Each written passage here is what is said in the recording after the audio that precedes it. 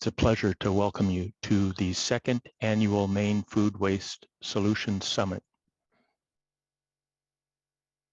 When we created the Mitchell Center for Sustainability Solutions more than 15 years ago, we did so because we saw a lot of problems in the world that require a dual focus.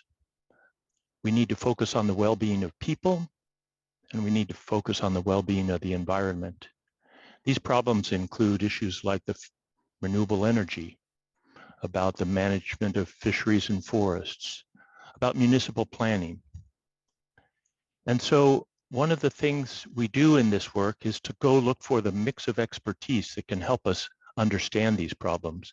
And at the university, that means creating teams of students and faculty with expertise in economic, environmental, social, political, cultural, technological, a lot of different perspectives. And we also know that it isn't enough to just look at the issues from different angles. We have to figure out how to solve them. That's why it's called the Mitchell Center for Sustainability Solutions.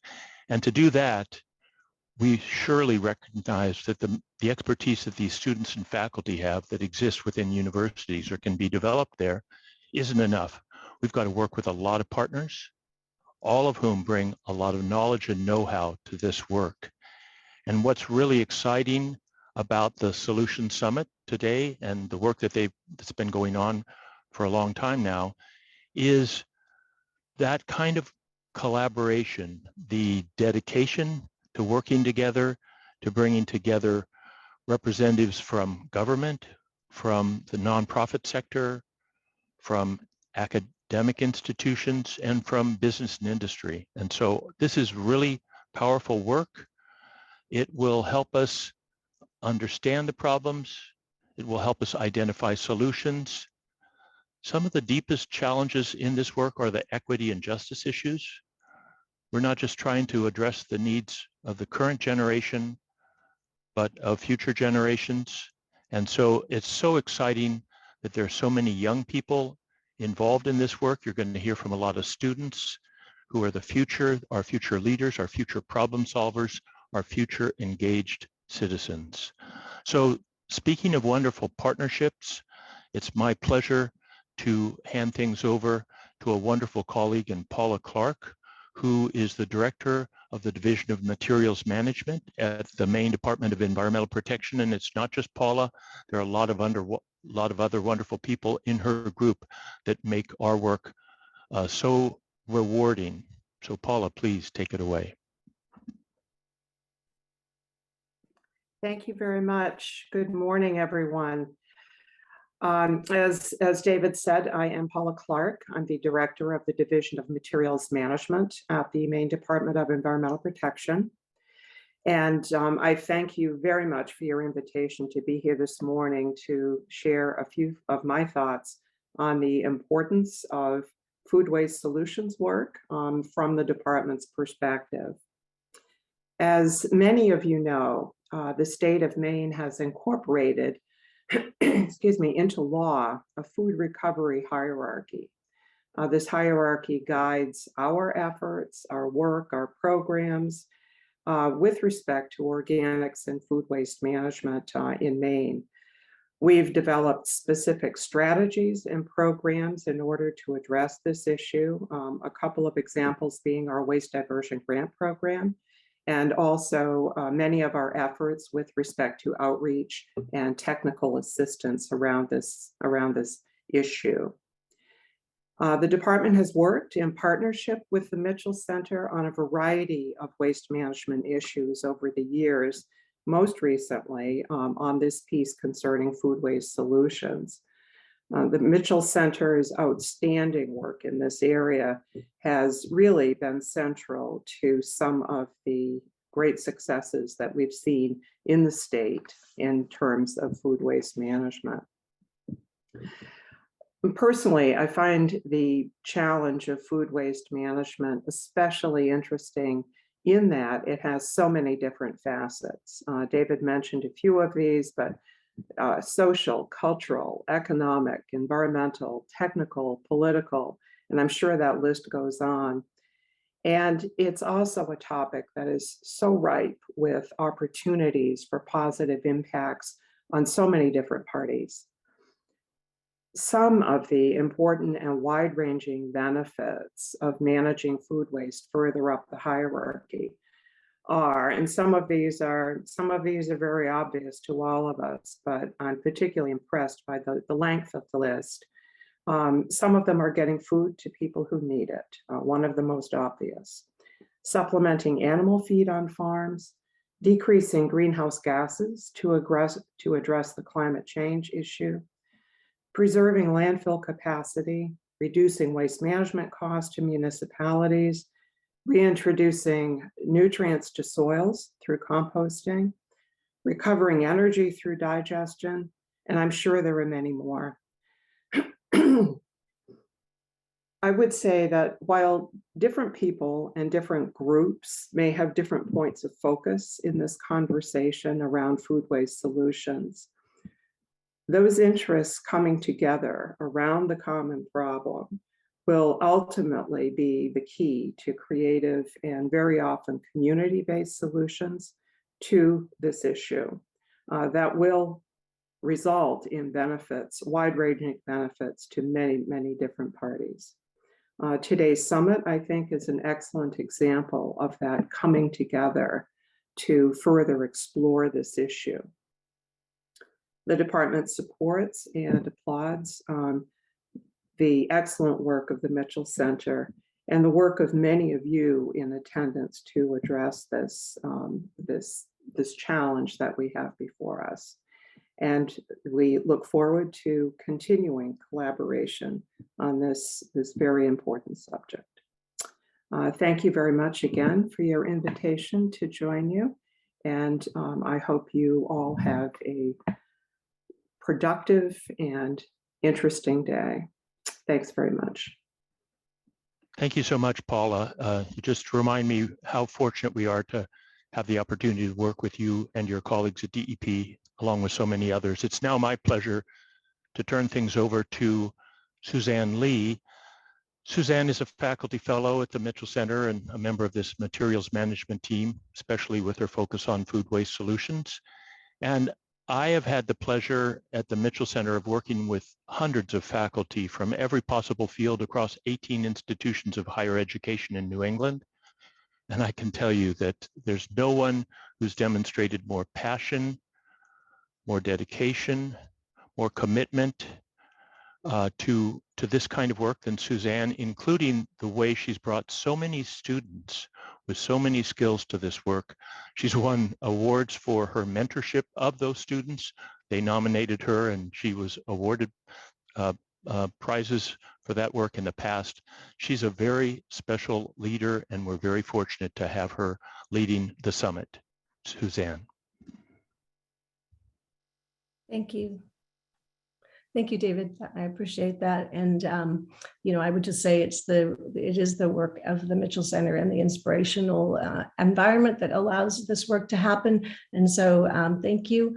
And thank you to everybody who's attending today. We really appreciate your interest in this important topic. And I think Paula really hit some of the high notes that we hope to cover today in terms of what's important about it. But you know, we do see a great number of you here. And so perhaps the news, perhaps the issues of rising food prices, perhaps the issue of rising food insecurity, empty shelves like we've never seen, wartime, you know, food scarcity that's predicted.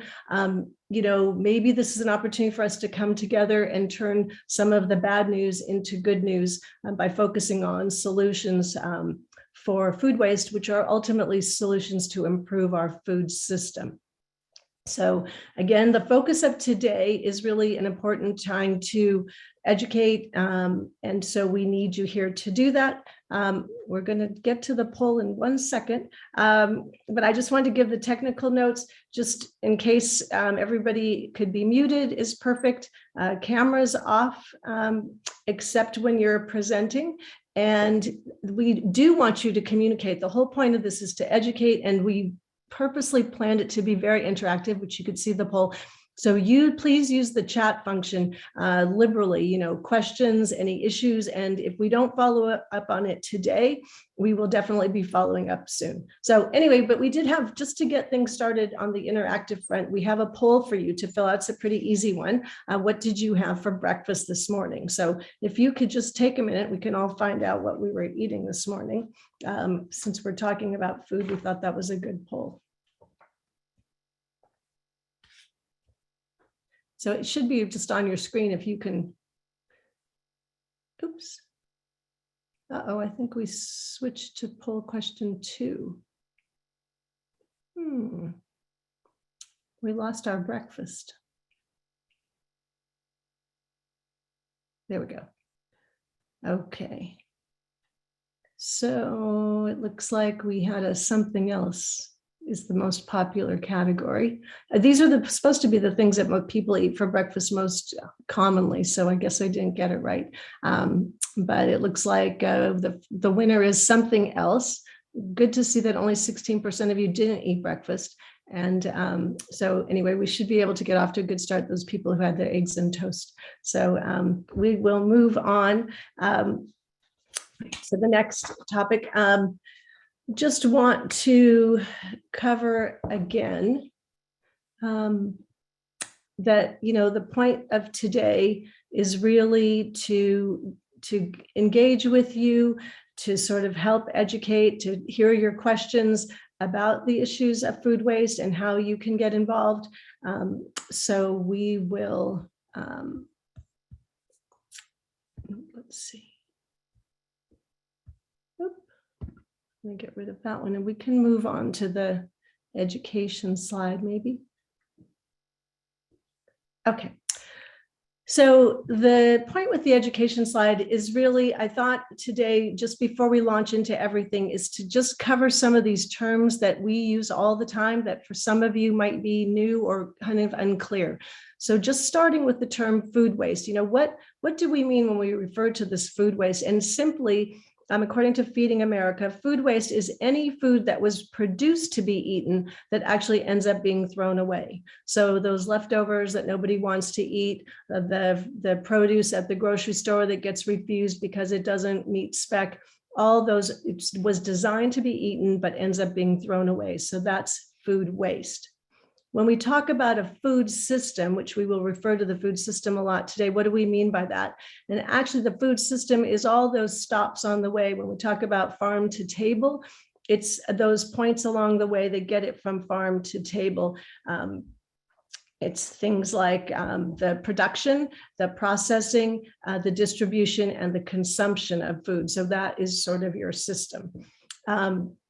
A circular food system is kind of what we have pictured there, which shows you that it's a food system where there is no waste, because instead of when it moves from farm to table, normally we have a linear system and things get lost. In a circular food system, literally nothing is lost because it gets produced, it gets consumed by people or animals, and then anything left over gets recycled into compost or biogas. So that's why the ideal is a circular food system, and we'll talk about that today.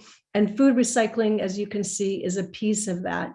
It is the, because food recycling, just as with any recycling, takes waste and makes it into something useful. So anyway, I hope that, this idea, maybe the graphic for those who like pictures, shows the food system there, but just to define some terms. So we can move on to the next slide. Okay, so we're going to open up with our keynote presenters, and we are just so delighted with actually the lineup of all the guests that we have presenting today. But the keynote presenters will really help us set up the issue. What is the issue of food waste, and explaining it in sort of terms that, will really help us all. And the first presenter that we have, the next slide, we are so pleased. Angel Veza is here again this year. She was with us last year in our first summit from ReFed, and ReFed is the leading organization in the country collecting data and insights and sharing them, and actually, just the leading mover on the subject of food waste. And we are so lucky in this country to have this organization, and we're very lucky to have Angel this morning here to educate us about the food waste issue. Angel also, just to note that she is actually not only involved with the education side, but looking at funding. She is leading the Refed Catalytic Grant Fund. So she is super knowledgeable, and we're again thankful to have her. So we'll let Angel go ahead. Thanks so much, Suzanne. Let me go ahead and share my screen. But it's such an honor, again, to be here. I am so thrilled for the chance to present and share some of the things that we're learning here at Refed. So just to get started, there we go. All right, so as Suzanne mentioned, my name is Angel, and I'm the Senior Manager of the Capital Innovation and Engagement team at Refed. So for those of you who are not familiar with Refed, let me just give you a quick background on the work that we do. So Refed is a national nonprofit working to advance solutions to prevent food waste in the US with the goal of cutting food waste by 50% by 2030. And we do this in a few different ways. So one way is by driving collaboration and connections among stakeholders from across that food system that Suzanne had mentioned, ranging through platforms like our Food Waste Action Network. We also support leading food businesses and brands in accelerating the implementation of food waste solutions. And we also work directly with funders to help mobilize the $14 billion needed to scale solutions today. And lastly, at the foundation of our work is our insights and data. So last year, we released our Insights Engine, which is a data and solutions hub for food loss and waste designed to help people take meaningful action. But for today, during this presentation, we're going to talk about why food waste. Why does an organization like Refed even exist to work on food waste, and why should you care about it? We're also going to talk about some of those top solutions and what we can do right now to make an impact. Now, to better understand why we're even talking about food waste, let's take a little journey on that food supply chain, or again, as Suzanne mentioned, the food system. So right to start, we know we need to grow and harvest food.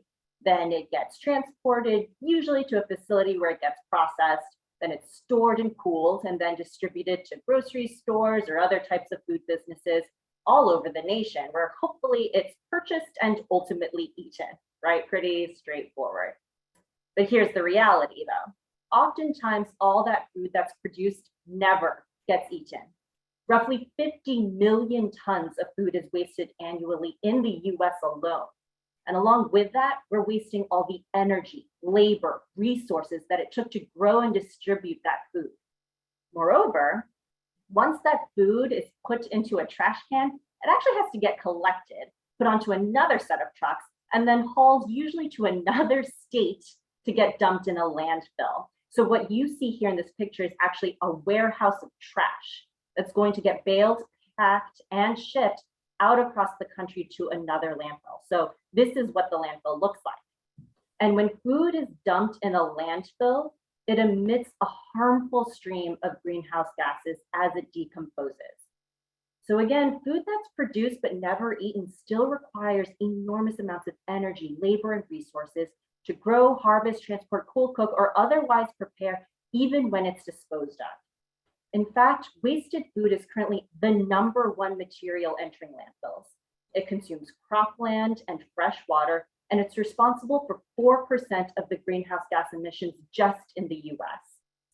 Now let's take a moment and better understand why greenhouse gas emissions matter. All right, so we understand wasted food that's sent to landfill emits these harmful greenhouse gas emissions.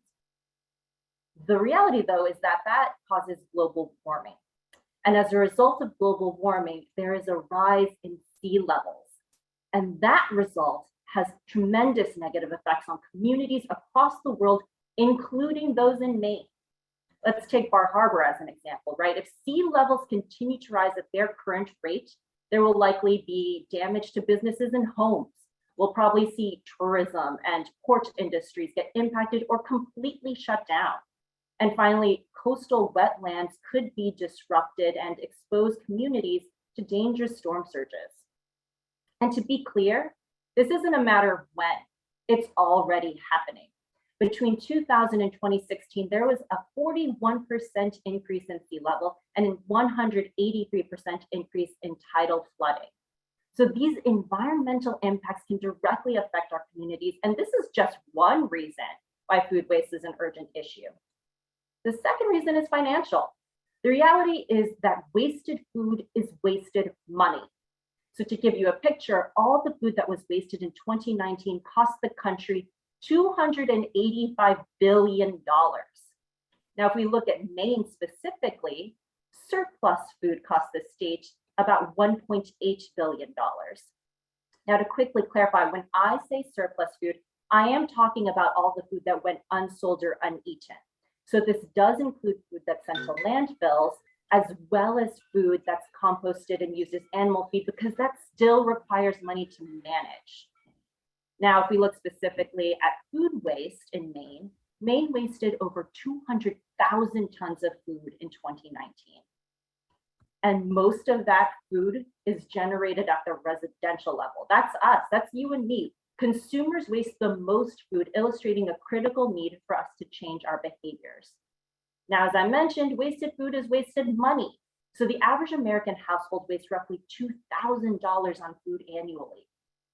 But admittedly, these numbers are likely much higher. As a result of the pandemic and the war in Ukraine, there are persistent supply chain disruptions, as well as food and fuel shortages, which have caused inflation to skyrocket. So ultimately, the key point is that there are important environmental and financial reasons for food waste to be addressed now. And fortunately, there are emerging solutions and actions that we can take to prevent food from being wasted.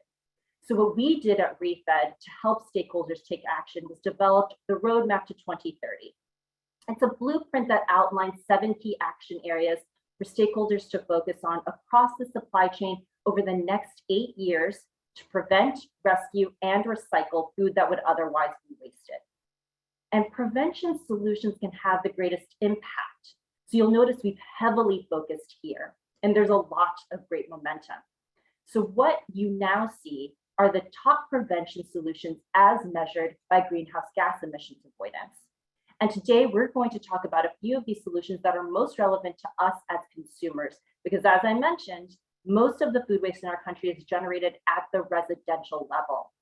So we're going to discuss meal kits, upcycling, and markdown alert applications. And the plus side is that these three solutions are also impactful as measured by net financial benefit. So these are really win-win solutions we're going to be talking about. So let's dive in. First, meal kits. We're pretty familiar with those, right? They offer pre-measured ingredients to cook specific meals. But why are meal kits such an effective solution? It's because it helps manage portion sizes as well as prevent surplus products at home. So common meal kit services like Blue Apron and HelloFresh give you the exact amount of each ingredient you need for a meal for a certain amount of people. So let's say you have a recipe, it calls for 1 tablespoon of sour cream, let's say. And instead of having to buy the entire container of sour cream, you're going to get exactly that 1 tablespoon that recipe calls for. And we've probably all been there, right? We probably accumulated a lot of ingredients and sometimes even wasted them because we only needed a small amount of that ingredient for that one recipe we did that one time. So this is a solution to that. And it's also offering convenience, making it a real win-win for consumers. And there's so many of these types of companies emerging, like Purple Carrot and Sunbasket. And what's great about these is not only that do they offer meal kits, but they also offer prepared meals. So that's another option for consumers, and it's making it even easier. And there are quite a few companies in Maine offering prepared meals specifically, like Trilly, based in Belfast, and Topset Meals, based in Portland, which offers healthy prepared meals with a great nutritional breakdown of each meal. And another great company is Lake & Co. They provide flash frozen meals. And I have to say, buying frozen food in general is another great way to reduce food waste. It's convenient, typically cheaper, and because it's frozen, the shelf life of the product is extended, and honestly, sometimes it's more nutritious. But the demand for meal kits and prepared meals are growing. And during the pandemic, meal kits became an offering from restaurants like Sir Lee, a tapas restaurant in Maine. They offered both meal kits and prepared meals. And restaurants across the nation have found this to be so valuable that there's now subscription models for consumers like Table 22. This is giving restaurants a new predictable revenue stream. And not only does it allow restaurants to expand their reach, but this type of model provides restaurants with data and learnings. So now they're able to better understand their customers and grow their business. And now consumers like you and me get to enjoy a delicious meal in the comfort of our home. But I will acknowledge, I know meal kits and subscription models like these can get a lot of heat about the packaging. And that's fair. We do need to be thoughtful about the trade-offs of these solutions. I will say, though, there's at least one study that shows that meal kits generate roughly 33% less greenhouse gas emissions because it's preventing food from going to waste. That's the impact prevention solutions can have. Another solution that's gaining a lot of traction is markdown alert applications. So these are apps that alert customers of opportunities to purchase markdown and surplus food from retailers and restaurants. So it's a win-win all around. Businesses can still make revenue off surplus products, consumers can get delicious food at a discounted price, and it all prevents food from going to waste. And one app I'll highlight is Too Good To Go. They're in many cities across the nation, and fortunately, Portland, Maine just joined the list of cities. So here are a few of the restaurants that are going to be participating, so definitely check it out. The final solution we'll talk about is upcycling. And when I say upcycling, I'm talking about converting food byproducts, imperfect and surplus foods, and other types of foods that would otherwise be wasted into a new product. So to give you an example of what this is, one collaboration we're particularly excited about is Miyoko's Creamery and Renewal Mill. So Miyoko's Creamery is a food producer primarily specializing in dairy-free products like butter and a variety of cheeses that are made from cashews, oats, and chickpea flour. One challenge, though, that Miyoko's faced is that when producing their vegan butter, they were also generating excess byproduct that still had a lot of value. So they teamed up with Renewal Mill that offers upcycling solutions. And using the byproduct of Miyoko's vegan butter, they created a new salted peanut butter cookie. And it's great. They have a few more products coming out. And what's awesome is that they're taking this otherwise wasted ingredient and transforming it into something new and delicious. And one organization that's been really working on increasing the awareness of these solutions and scaling upcycled products is Upcycled Food Association. They have a number of great companies that are part of their membership, including Matriarch Foods, which, if I'm not mistaken, actually has operations in Maine. Now, you may be thinking, what do upcycled products have to do with me? Well, not only do you get to enjoy a new premium product, but also by purchasing these types of products, you're helping prevent food from going to waste upstream on the food supply chain, upstream on that food system, and your dollars can influence business decisions and drive adoption of food waste solutions. So now we've talked about some of these win-win solutions that we can do right now to prevent food from going to waste. But let's be honest, there's likely still going to be some food trim or byproduct in our kitchens, right? So one thing we can do to lower our carbon footprint even more is to compost anything remaining. I'll quickly highlight that there is some really exciting innovation being done to make composting easy and accessible for consumers. And one startup I'll mention is Clue. So you all have probably seen this food trim and byproduct, right? We see banana peels, avocado pits, chicken bones, right? Well, what Clue does is they make a countertop appliance that grinds, heats, and dries all this trim and byproduct in less than 2 hours into a shelf-stable and consistent output that can be easily refined into compost. But I will say Clue is still in its early stages. So until this appliance is market ready, let's talk about what's happening in Maine. So I think Maine has been doing some terrific work to make composting accessible to its residents by providing compost drop-off sites. And again, there's a number of environmental, social, and economic benefits, right? We know that by composting, you're lowering your carbon footprint, you're reducing the need for chemical fertilizers, helping filter local water, thereby cleaning the oceans, and also helping to lower costs for farmers. And we can even help create jobs. Now I know, right? There's a couple extra steps you need to take to participate in local composting. So I'll just share how I do it. So here's me cooking in my kitchen, and there's my handy compost bin. Seriously, go get a bin. It's easy to find on Amazon. Put your trim in there and just bring it to your local compost drop-off site. Sometimes I go with a friend and we get coffee afterwards, or I go and I'm walking my dog, but it's really simple. And I hope you'll join me in taking action today and implementing these win-win solutions right now. Use meal kit and prepped meal services. Support local restaurants. Use apps like Too Good To Go. And whenever possible, enjoy upcycled products that maximize your impact by preventing waste upstream.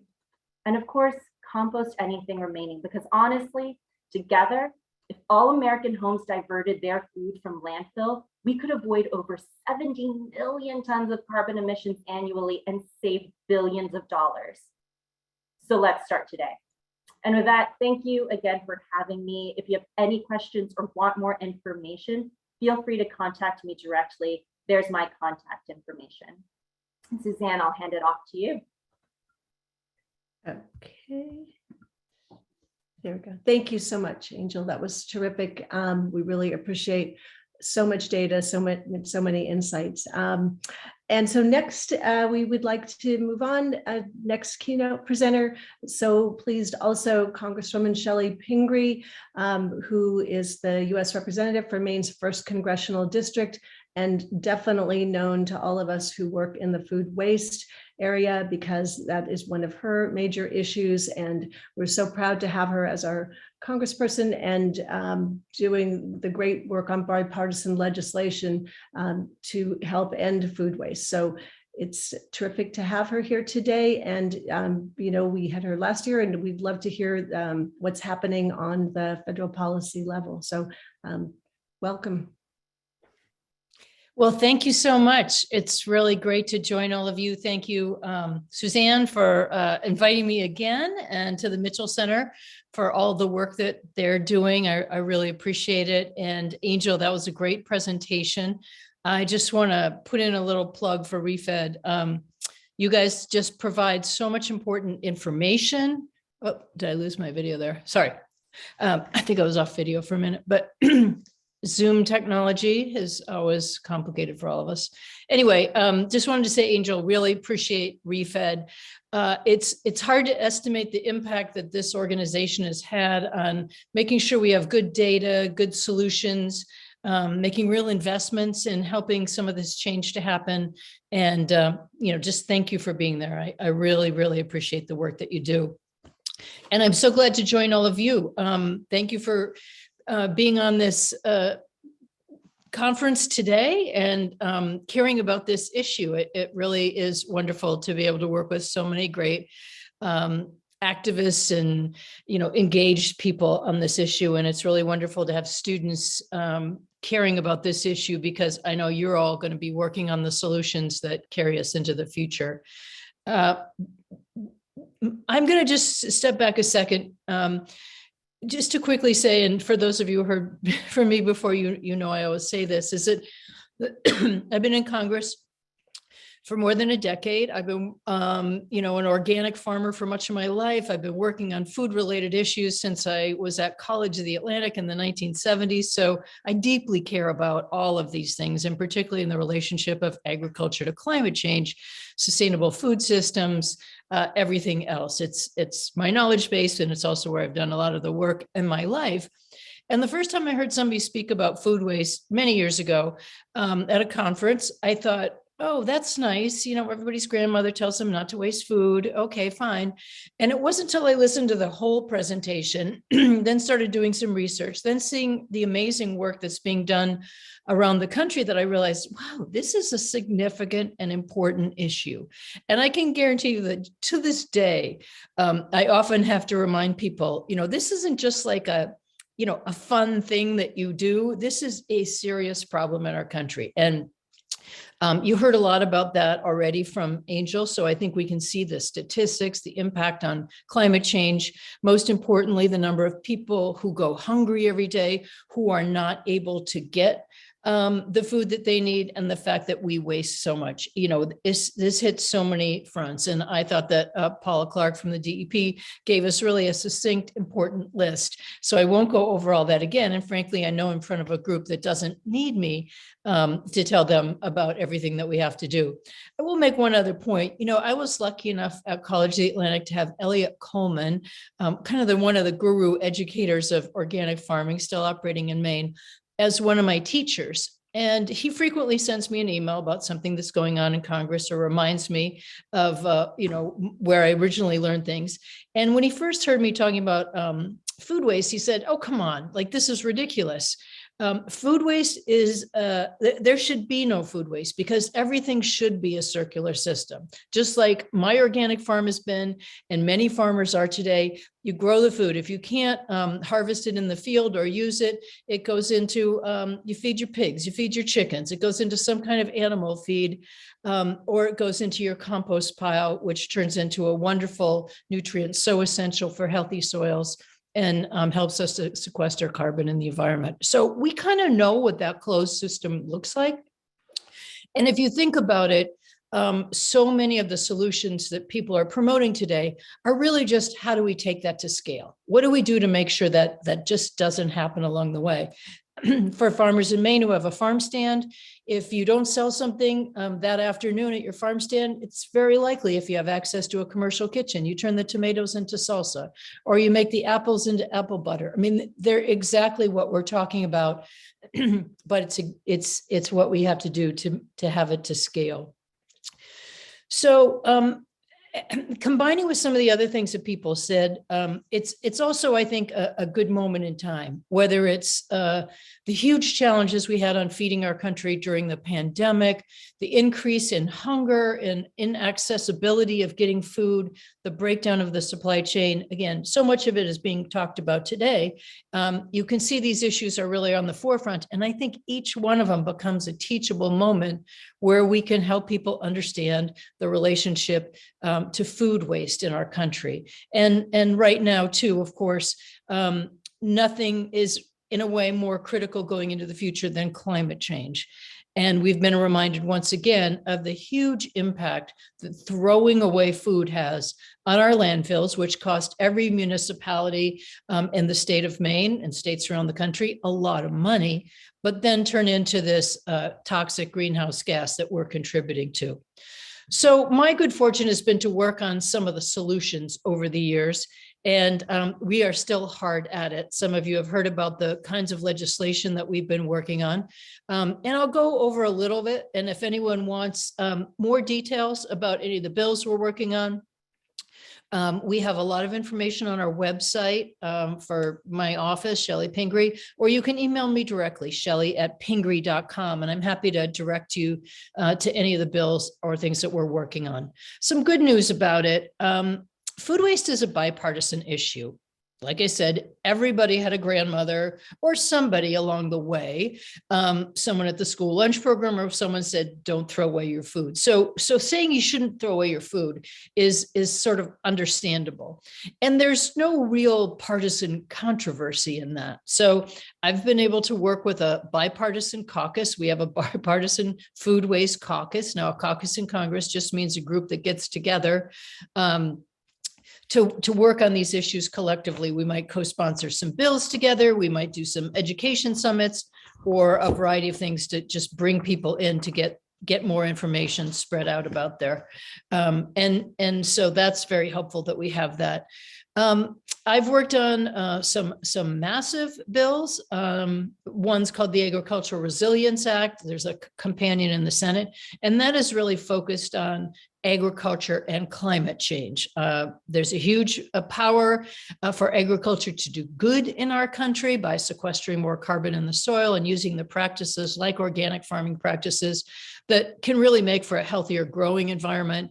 And then it can be a huge emitter, whether it's from stockyards or bad practices, leaving fields open during the year, which causes a loss of our organic material, a whole variety of things that I don't have to get too geeky about today. But my Agricultural Resilience Act is really a comprehensive bill looking at all of these issues across the board. But we've taken some of it apart in pieces. So sometimes you write a big piece of legislation and then you break it up into sections, and then you work on ways to find individual co-sponsors for that bill across the aisle, people who care about one particular issue, or work it into a bigger piece of legislation. And that's really what we've been engaged in the last few years. Sometimes it's on the appropriations bills, that's the committee I serve on. So when we're funding, we might put in language there or funding to support the food waste liaison at the USDA to give them the sort of person power to be more active in this range. There are goals. The EPA and the USDA have a joint goal to reduce food waste in this country dramatically. So making sure that's funded. Or sometimes it's taking apart just a little piece of legislation, and one that we've worked on that's maybe one of the most popular ones to explain to people is the Food Date Labeling Act. There's some kind of estimate that about 90% of Americans throw away perfectly good food. And I've joked, it's an old joke, so you've heard me say it before, but it's, this is like the Domestic Harmony Act, because in everybody's household, there's someone who looks at a package of crackers and says, oh my God, the date is passed, I'm throwing that away. And the other person who says, it's perfectly good food. You don't have to do that. And this bill is to standardize and make some sense out of that labeling system. The truth is, there is no rule around labeling in our country for most products. I think maybe infant formula is the only one. So it's important for people to know, when is it actually safe? If you're buying a deli meat, it won't be safe after a certain day, and you need to you need to get rid of it and not eat it. But there are other things like a jar of honey or a can of soup. They've been surviving for a very long time, and you'll be just fine. Maybe the crackers will be a little bit more stale, and then maybe you don't want to eat them. But the point is, you throw away a perfectly good food often, and this would have the most substantial impact. So we are working hard. There's a lot more cooperation in the industry than we thought in the beginning. We thought that food companies would say, no, we want our food thrown away so it can, we can just restock the shelves. But we've heard really the opposite from most of them, who just don't want their food completely taken off shelves and wasted. So we're getting close on that. We have pieces of legislation, a bipartisan one, the School Food Recovery Act that I'm doing with Dan Newhouse, who's a Republican from Washington, and Suzanne Bonamici, a Democrat from Oregon. That's really to get this in our schools, to change the practices in schools, to make sure that more kids have access to food, and to help schools educate kids around waste reduction efforts. These are grant activities to help schools measure the amount of food waste, reduction projects, purchasing more equipment, providing training for staff. It's a whole variety of things. But I truly believe that, when you catch kids early in school, it was kind of this way with recycling. When families weren't sure they wanted to recycle, but kids had already learned about it in school and they're thinking, this is my future, they come home and they yell at their parents. And same thing about food waste. I think the more kids know, if they see a share table at school, or they have a composting operation going on in the back of school, in the backyard of the school, that can make a huge difference. The nice thing is there are multiple bills now in Congress about food waste. I can guarantee you again, when I first started submitting legislation on this, most of my colleagues thought it was frivolous or not an issue they would be engaged in. Maybe there's nothing wrong with it, but kind of why bother? So that for me has been really wonderful to see the continuing engagement in this. And I won't go through all the bills because I don't want to take up all the time here, but we have one to encourage composting, to have more support for that, whether it's municipal composting or other ways of going about doing it. Food donation issues, which I do with Mr. McGovern from Massachusetts, Representative McGovern, and 2 Republicans from Washington and Indiana. That's dealing with some of the liability issues, whether it's a restaurant or a grocery store or the farmer themselves who worry about them taking on liability around just donating food, and it continues. There's really a long list. We're trying to make sure that composting is recognized as a practice under the USDA that gets conservation funding. All of these things we will be working on the appropriations bill this year, and we're about to reauthorize the Farm Bill. That happens every 5 years. We did it in 2018, but the 2023 Farm Bill is a great opportunity for us to really influence some of these changes, to codify them into law, to work with the USDA and some of our outside partners on making sure we have the most cost-effective, the most valuable methods that we're using. So that's critically important. And I think this Farm Bill 2023 will be the first one where we really see the impact of policies related to climate change. And again, this has become a major climate change issue. And even though people, again, kind of dismiss it as frivolous in the beginning, like, oh yeah, of course you shouldn't throw away your food. But when you start to realize the impact that wasted food has on climate change, I think it gives us that many more opportunities to really act and engage. So I have taken up enough of your time, but we're always anxious to hear from any of you, your ideas, your suggestions, and how you'd like to be more engaged. We're really happy to have all of you working on this. And I know there are some incredible issues that you're working on and some incredible activists out there today. So please stay in touch. Thank you so much for having me today. Keep up the great work. And I look forward to working with all of you moving into the future. So thanks so much. Terrific. Thank you so much, Shelley. We appreciate it. And, all of the background that you bring to the issue is so helpful, I think, for the audience, again, given that our goal here is to educate. And the legislation you're working on is terrific. And however we can help advance that would be great as well. So now I want to move on. We were going to do a poll, but we're just going to keep moving because we have a lot of ground to cover. And this is actually, this keynote presentation, the panel that we have next is really an opportunity for the audience to get involved. We want to have your questions because we have today with us 3 experts to answer the question, why stop food waste? So as you heard the speakers earlier, that this is a question that gets asked. I mean, I guess even in Congress, they're not quite sure what is the issue. So today we have Ivan Fernandez from the Maine School of Food and Ag. He's also at the School of Forest Resources and the Climate Change Institute. He's a soil scientist, biogeochemist, and distinguished Maine professor. He's on the Maine Climate Council as a co-chair on the Scientific and Technical Subcommittee. So, his perspective on the environmental issues, soil, climate, can address all of that. Travis Blackmer is from the UMaine School of Economics. He's part of the Mitchell Center Materials Management team, works with me on the food waste projects also. And he really knows food waste because he was involved as a project leader in the Maine Waste Characterization Study. In addition, we have Ryan Parker as a Food Corps Associate Director of Programs here in Maine. He led the National Resources Council Maine's support of LD 1534, the Act to Address Hunger, Support Farms, and Reduce Food Waste. So he is very knowledgeable about all of the reasons why it's important to stop food waste. And he actually wrote the Maine School Food Waste Reduction Handbook. So we have them as panelists, and then moderating the discussion. We are very fortunate to have as our panel moderator, David Cash, who's the EPA Region 1 Administrator. He has both an academic and a governmental background, former commissioner, Department of Environmental Protection in Massachusetts, and he was a former dean, Graduate School of Policy and Global Studies at UMass Boston. And he has done a lot of work, nation leading climate, clean energy and environmental justice policies. So he will be working with the panelists to make sure that your questions get addressed, and so we can help understand this.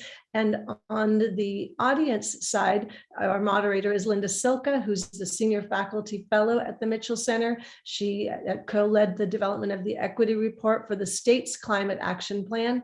And her expertise is in community university partnerships. So Linda will sort of be your representative, pulling the questions for the panelists. So I will let you all get started. Fantastic. I know that I'm unmuted, but I don't know if my video is working. Let me just get that. Fantastic. Great. Thank you so much, Suzanne. And thank you to the Mitchell Center and University of Maine. This is such an important topic. It's also a pleasure to be in this room with Congresswoman Pingree. I met her in my first week as regional administrator. We had an event up in Saco that was looking at wastewater. So it looks like she and I are on the waste tour. Perhaps, Congresswoman, there'll be another opportunity for us to deal with something other than waste. But as you noted, such an incredibly important issue and intersecting with so many other issues, whether it's food security, environmental impacts, local environmental impacts, municipal costs, climate change, also important.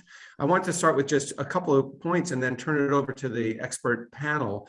One of the ways of thinking about how much organic waste we create in New England is just to think about this in terms of volume. And just think about this through this conversation today. New Englanders' annual food waste would fill up Fenway Park 33 times every year. And that's 33 times, meaning bad environmental impacts and wasted opportunity. Because as you've heard from Angel and others, there are multiple opportunities that food waste can go to. In fact, she described it as win-win in her excellent presentation. I've often thought about it as win-win-win-win-win-win-win. There are many wins. And how about this? As you're going through this panel and you're interested in just putting in the chat another win that you think of, just type in win : and put in what you think the win is. You know, like greenhouse gas emissions reductions, that's a win. So just plop those in the chat as we're moving forward. And of course, put in the chat questions as well, and Linda will help moderate those. So with that, let's just launch right in and hear what the panelists are going to say. They're going to give a quick kind of 2-minute overview of where they're coming from, essentially looking at the question of why should we care, and then we'll open it up for discussion. So let's jump right in and start with Ivan Fernandez. Well, good morning, everyone, and thank you, David. I'm really pleased to be here this morning. The focus of my point in my 2 minutes is primarily to make the connection between food waste and climate change. We've just heard from 2 experts that have done a wonderful job of already accomplishing that. I have one slide, the slide that's here, and what it's from is the emissions gap report from the United Nations from this past year. And what it shows, and if you could click through, there's a couple of animated badges that will appear. What it shows is several different pathways, our alternative futures. And the first one being where we are now with a global warming of somewhere around 2.8 degrees centigrade there. The middle one refers to if we achieve all of the pledges that nations around the world have made, particularly last fall, for their future greenhouse gas reductions.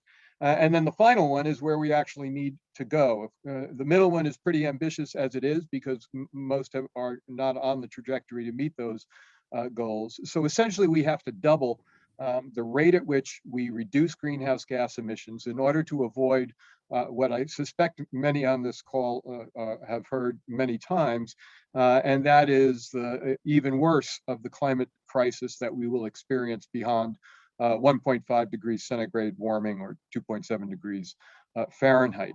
So the message here is that we're not doing enough yet. Everything matters, emissions. On average, 10%, a little over, of greenhouse gas emissions comes from agriculture, and all of the food that's wasted is wasted greenhouse gases that is serving society in no positive ways. In addition, wasted food is wasted land. About half of the habitable land on the planet we use for agriculture, and the amount of that we use to produce food waste, where that land can be part of the solution, that land therefore is part of the problem. We're eroding our soils on the planet 10 to 100 times the rate at which they're forming, and so that trajectory is unsustainable. So managing food waste and addressing the problem, and all the ways that we're hearing about the work going on this morning is incredibly important, because we need to cut greenhouse gas emissions in half by 2030, double the rate we are right now, and reach carbon neutrality by 2050 if we are to avoid the worst of what we see around us already unfolding. So I'll stop there and pass it along. Thank you so much, Ivan, for that global perspective and linking it in exactly with what the Congressman was talking about before, our connection with climate change. Travis. Hi, everyone. I'm Travis Blackmer, an economist from Maine that works with waste data and composition. In looking at Maine's resources to identify our strengths and opportunities, it's evident they haven't really ever aligned that strongly with traditional recycling. We have low population density, distance from materials markets, a lack of infrastructure and businesses that do more than consolidate these resources, and municipal pressure for present budgets every year. And they're powerful impediments that have led to a reduction in recycling activity in recent years. And we have an ag community that if there's any reliance on synthetic fertilizers, that's going to be put to the test this year, as those are a common byproduct of energy, general energy production. Our capabilities do align and appear to align with smaller scale regional activities that utilize our near 200,000 tons of food waste generated throughout the state, and our infrastructure of transfer station and farms that can create a value added product with high levels of local demand. In contrast, adding these resources to a landfill at best is some manageable level of future cost. Households have an incentive to care about wasting a smaller portion of the $3,700 per person annually spent on food in Maine. And we're talking 1,000 pounds or more of food waste is generated by a household of four. Many hundreds of those pounds could be described as once edible food. Towns have a built-in budget for food waste given the immediate and direct high marginal cost, that tip fee of waste disposal, and some communities have an added incentive beyond that if they can manage their own, or if they manage their own hauling presently. This has the capability of providing additional revenue streams for dairy and horse farmers in particular, but the regional transfer station model could also be a strong backbone where leaf and yard waste is collected. Even reducing towns' greenscaping costs there would be an added benefit. So the key outcomes, compost is a product with local inputs, capable, untapped local infrastructure, high local demand, which is exportable as well in bags with a high markup. It has a stable and acceptable price historically, whose key substitutes, something like synthetic fertilizers, are a byproduct of gas, which is another volatile commodity similar to recyclable materials markets, which Maine communities have no control over and negatively impacts our outcomes when shocks occur. Back to you. Awesome. That was great. Right at the 2-minute mark. I loved how we went from global climate to household budgets. That's exactly what the span of those across all those scales are so critically important. And my first question to the panel is going to be about linking those scales, but let's hear from Ryan right now. Good morning, everyone. Thanks. So I just, by way of quick introduction, as was mentioned, my name is Ryan Parker, and I currently head the programs in Maine for a national organization called Food Corps. And what we do is actually partner with communities around the country to place service members in schools to teach about healthy food through gardening and cooking lessons. Before that, I was working with the Natural Resources Council of Maine, as mentioned, and I did a lot of research in the 3 or 4 years that I worked there around the issues of food waste, connecting them to the environment. And I was really interested in the intersection between food waste and agricultural policy and education policy. I'm currently a member of a school board in a rural area in Maine where I live. And I see how much money it costs to run schools, and any sort of waste that we can eliminate would be great. Food waste is one of those places. But I was actually asked today to talk about more of the social reasons why we should reduce food waste. You know, Travis and Ivan and David and others can speak more eloquently to the statistics and the economic reasons and the environmental reasons, but sort of a little bit more amorphous are some of the social reasons. And what that comes down to for me is often where and how could we be redirecting the money that's wasted on food waste and put that into other things that could help us as a society and as individuals. So just some really quick back of the envelope math. So if you look at the census data and the food waste data that's been collected over the last number of years, the average size of family in Maine is 2.3 people per household. So if you just assume that, let's round that up to 3, because who knows what a 0.3 of a person is. So let's round that up to 3. The average family of 3 wastes between $1,100 and $2,275 on food waste every year. That's just purchasing and then throwing away. It doesn't count the cost for the tipping fees that go into municipal budgets, as Travis was mentioning. And it doesn't count the more amorphous or harder to calculate environmental costs that translate back to households. So if the average family of 3 wastes, let's just use a small number, $1,100 per year, and there's over 63,000 households in Maine. If you add that up, that's almost $71 million. And the average property tax in Maine is 1.7% per household. And the reason I focus on property tax is because that's by and large how schools are funded, and that's where my interest is. So if you took that 1.7% times the amount of money that's being wasted across the state, that would generate $1.2 million, $1.2 million, excuse me. And I can tell you from personal experience, just having gone through the budget building process and on our regional school unit, we could definitely use a chunk of that $1.2 million to help with some of the social and emotional learning of our students, which translates into very real costs when they grow up. And I'll leave it there. Awesome, Ryan. That's great. And it looks like we've run out a little bit of some of the wins, although I've heard a whole bunch of wins that that Ivan, Travis, and Ryan have suggested, including $1.2 million. That's a win. So keep plopping those wins in there. But what I'd like to hear from the 3 of you, as we've spanned the global to the household, to the school committee, to the state, what's a solution to link these in a way that captures any number of these wins? And let's start with Ivan. And they could be on any scale, but what would be solutions? Well, it's a good question. I think most of the time you achieve more if you have a plan, and I think incorporating the food waste and food waste linked to climate change, which is essentially a comprehensive plan, might be one of the ways to link the global to the local. We see that from the standpoint of some of the federal legislation and leadership. Here in Maine, we have a combined mitigation adaptation plan that has statewide goals, but has a lot of granular strategies that are being implemented. We're going through a period of rapid transformation that sort of begs for that kind of planning and an efficiency of energy. So the Cliff's Notes version of my answer is build it into the plan so that we can focus energy on it from all levels. Great, excellent. Have to be intentional, otherwise we're not going to solve this. Travis. Yeah, I mean, I could link my work to, or my first thought to both Ryan and Ivan. You look at great school programs that have gone from, okay, pulling the food waste out to, okay, let's make something with our food waste. So you have an environmental impact there immediately. Then you start to make a value-added product like compost. Then you start to grow your own food.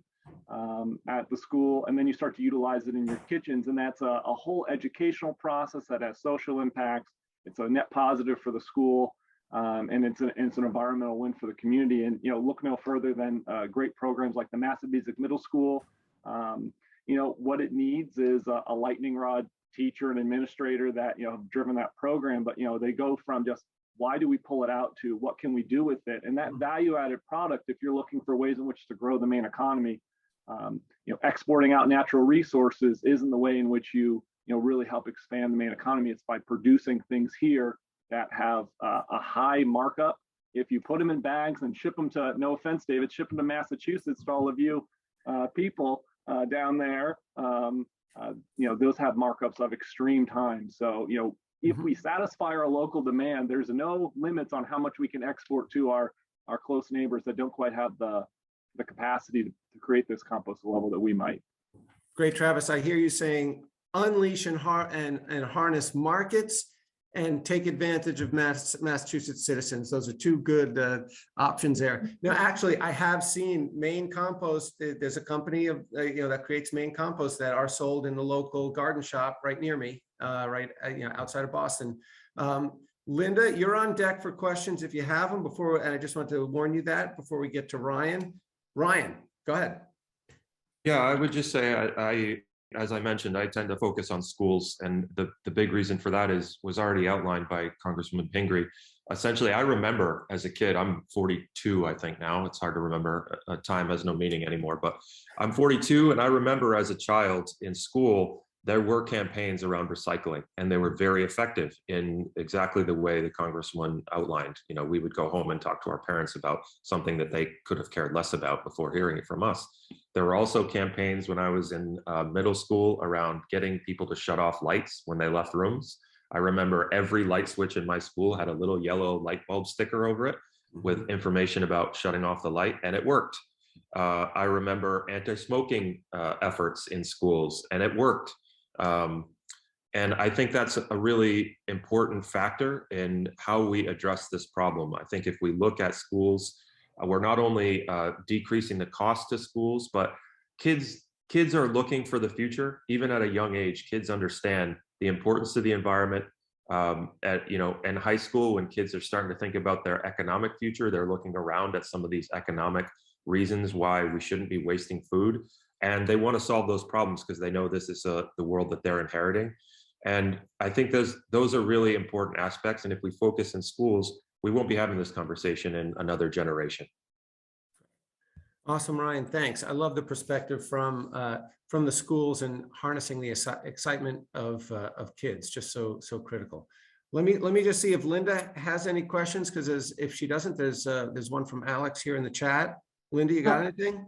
Just people are thinking about there's so many great statistics we just heard, and it's Friday, so we get to go and have fun with friends and tell them about what we did today. And so people it's going to be hard to remember all of this.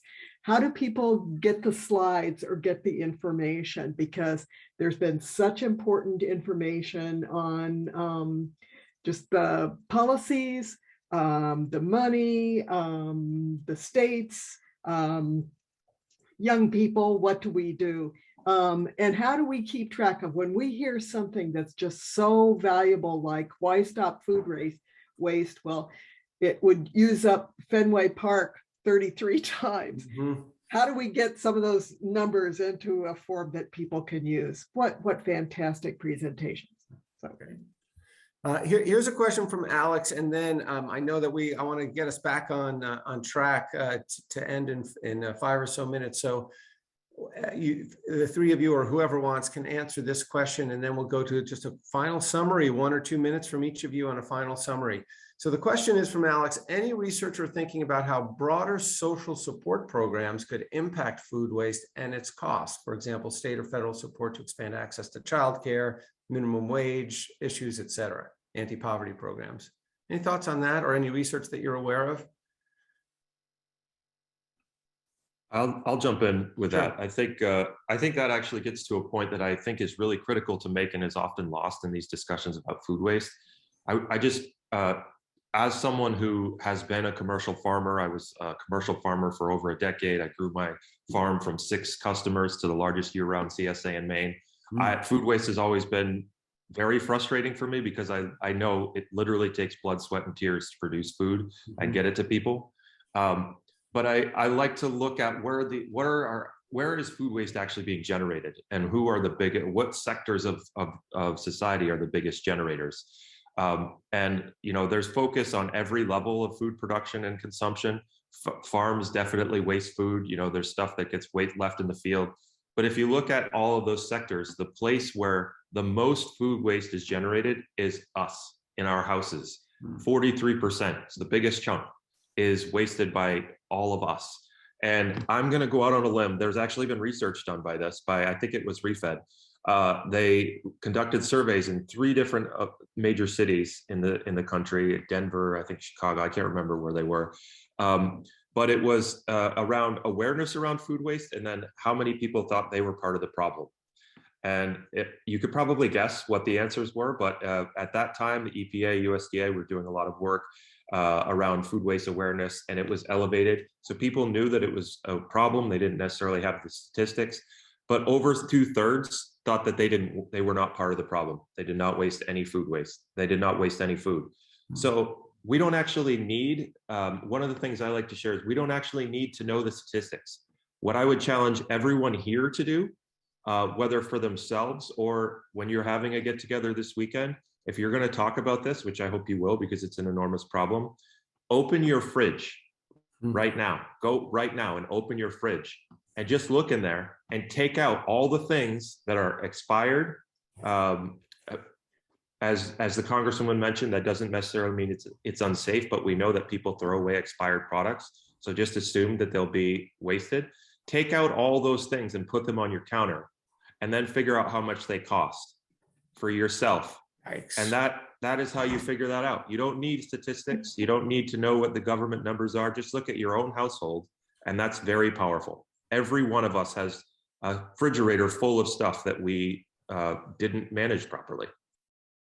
And I was, I was just going to say, Ryan, that's a great summation statement. Awesome. Thank you very much. Off to you, Travis, and then we'll have wrap up with Ivan. Yeah, I was the project leader for that 2011 waste study, and I opened your trash and I saw what was in it.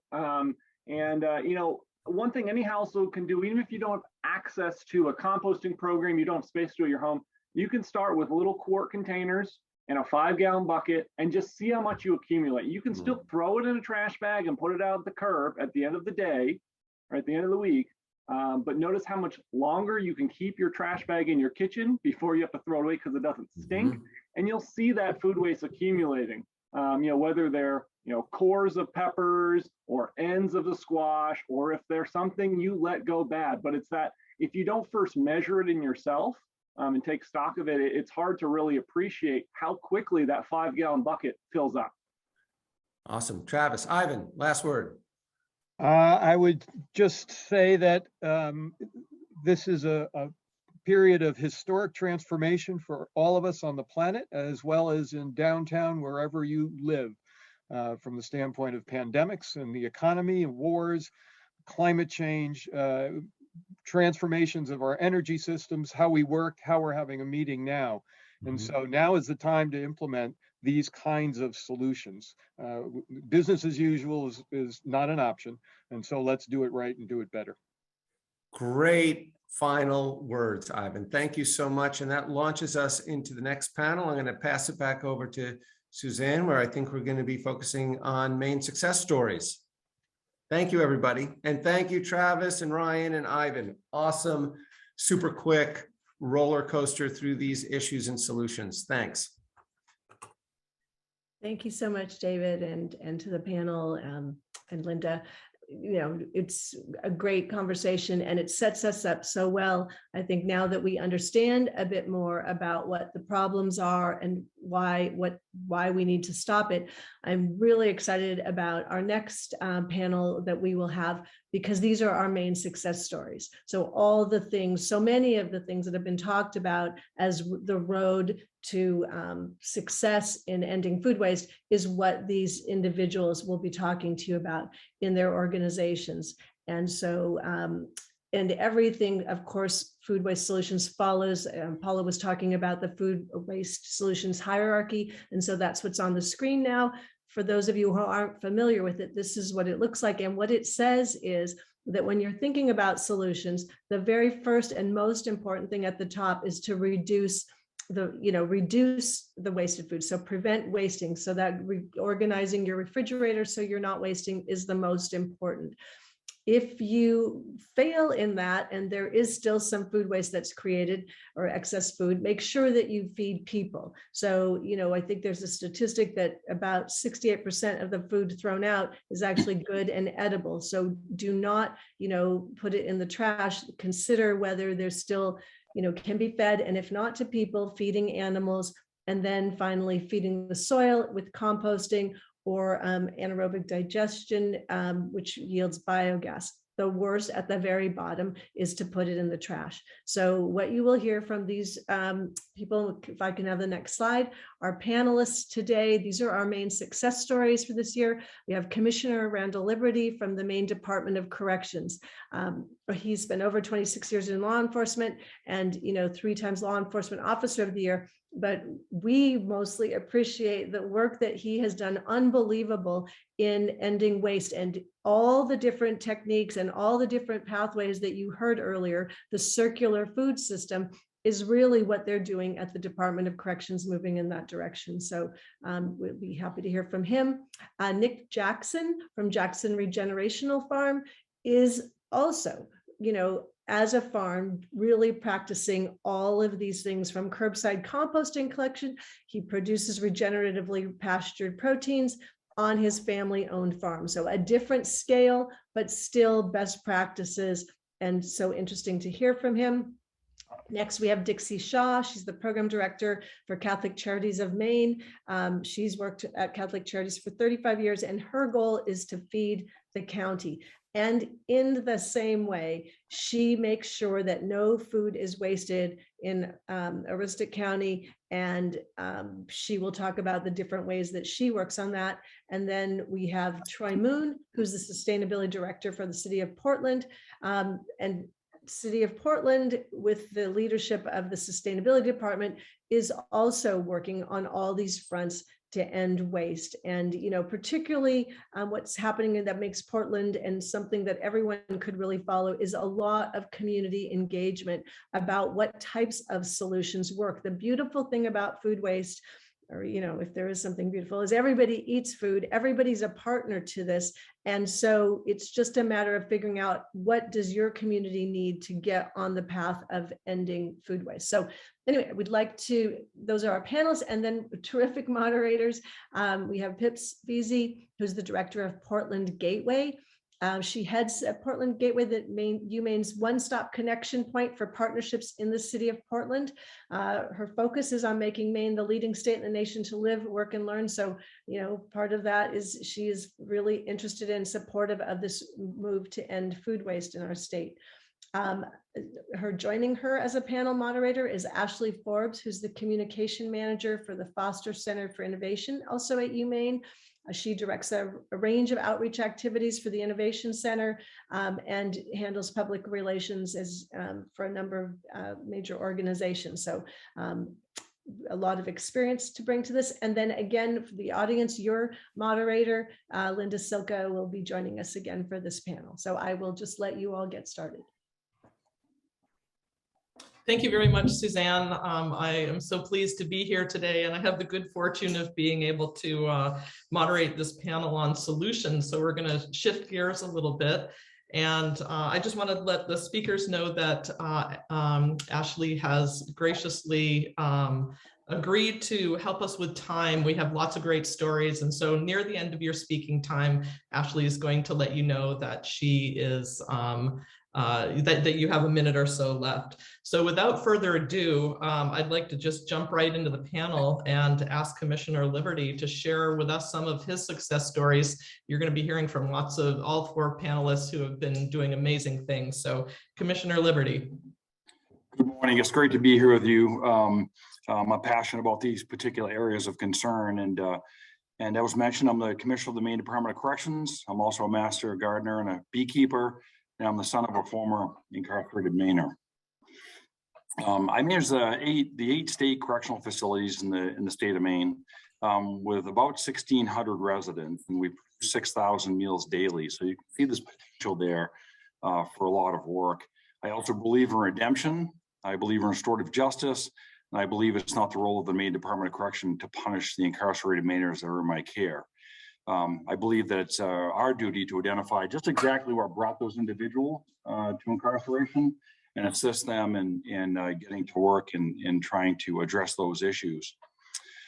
Most incarcerated Mainers you'll find are in our care for mental health, substance use disorder, learning disabilities, those sorts of things. And so it's important to recognize that and help these individuals not to return to jail. I'm determined to provide nutritious meals that are satisfying to all the residents that are in our facilities. We do this through thoughtful menu preparation, scratch cooking, local purchasing, and producing our own organic products. We purchase about 25% of our purchases locally, and that recycles Maine's tax dollars back into our local farms and local businesses, and reduces the carbon footprint that would otherwise occur. The purchase of locally produced vegetables also provides a market for many of the local farmers who may have a surplus, no other market for the product. And at times we purchase imperfect products which still have much value, reducing the likelihood that this food would go to waste. We've collaborated with Mark Hutchinson, his team at the University of Maine Cooperative Extension over the last several years. And we've certified more than 60 of our residents as master gardeners. We've also certified 70 as beekeepers. And we utilize their expertise and their passion in all of our facilities. We have 10 acres in active production, producing more than 140,000 pounds of our organic vegetables, and 20% of that produce goes to local food pantries and soup kitchens.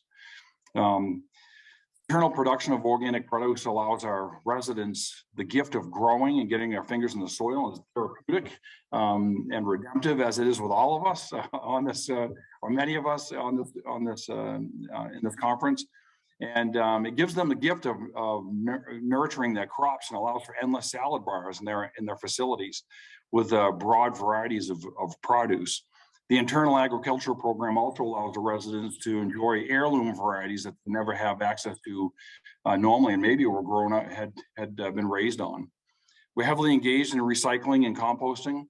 At the Maine State Prison, at Mountain View, and at Baltic Correctional Facility, we compost all of our organics, and it's re-entered back into the soil. When I arrived at the prison in 2015, we were paying about $140,000 to have all of our waste hauled off to a landfill. That year, we coordinated with Mark King and his team from the Maine Compost School, and we began composting and recycling. And that cost of that waste hauled away was reduced by $100,000. So it makes good fiscal sense to do this work.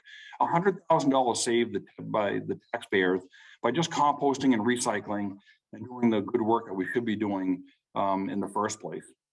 Last year, we were fortunate to collaborate with Suzanne and her team from the Mitchell Center to conduct an analysis on the food waste at 3 of our facilities. And as a result of the amazing work that they did, we were able to make informed decisions regarding our menu preparation, providing an enhanced offering for the residents, and much less food waste. And that work continues. So thank you, Suzanne, for that tremendous work. So no, you have 1 minute left, Commissioner. Are you sure? Can I have 2? Don't bargain with me. Providing more nutritious meals, which are freshly prepared and have reduced sodium and carbohydrates in our locally sourced, has many benefits. We save money through reduced medical costs, which are tremendous in the correctional environment. We recycle our Maine tax dollars to our local farmers and reduce our carbon footprint, not serving tomatoes that are grown in Arizona and trucked into Maine. Every dollar that I save in the before mentioned programs allows me to reinvest into more nutritious meals for those in my care. Thank you for your time. Thank you, Commissioner. I am always astounded when I listen to all the different things that you're doing and really appreciate you sharing your story today. Just to maximize our time, we're going to hit Nick Jackson next at Jackson Regenerational Farms and hear from him and be thinking about stories or questions to ask all of our presenters, please. Hi there. My name is Nick Jackson. I am a regenerative land manager. I own and operate a farm with my wife, Sarah. Our goal of our farm is to build soil. That's our main crop, we like to say. We raise chickens for eggs and lamb on pasture, and we have a food scrap collection service.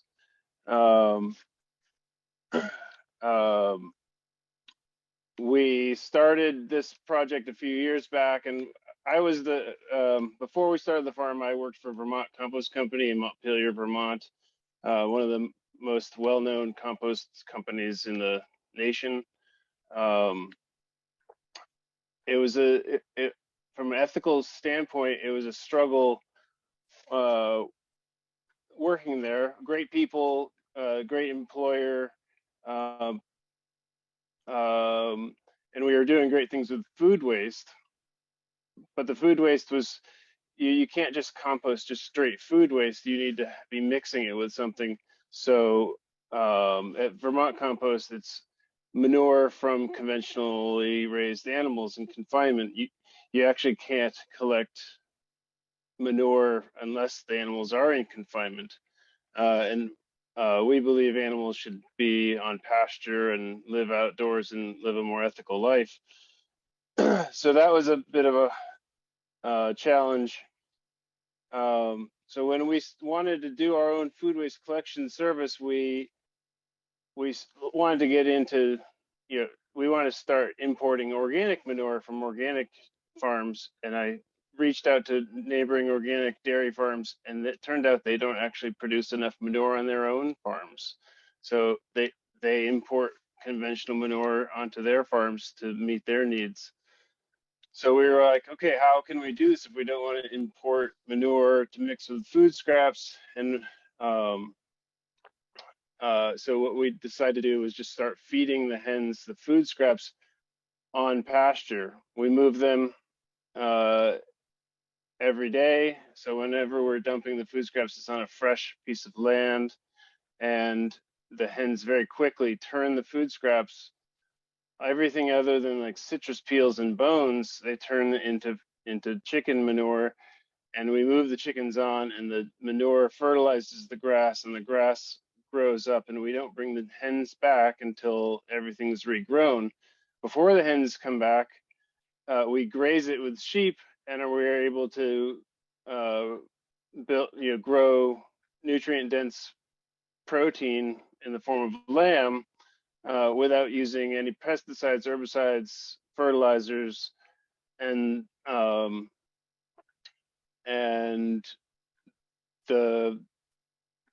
it's what we're trying to do is mimic nature, mimic how wild herds of herbivores and birds would work in the natural systems to build soil. So this is how we build soil on our farm. And the main way we get our product out to people is to do delivery. So I deliver eggs door to door to our customers. They buy dozens of eggs and subscribe to get dozens delivered. Now, one thing we realized quickly was that that's financially challenging to deliver eggs, single dozens to doors. And this is where the compost collection came in. We realized if we charged for the compost collection for the service of bringing a clean bucket to each the people's doors who needed help with composting, wanted to get the food scraps out of their trash, and saw the benefit of our service, the compost collection service coupled with delivering eggs, we could, it helps pay the gas of the truck and the maintenance of the truck, so we can get our product out to our customers. About 1 minute. And Great. Um,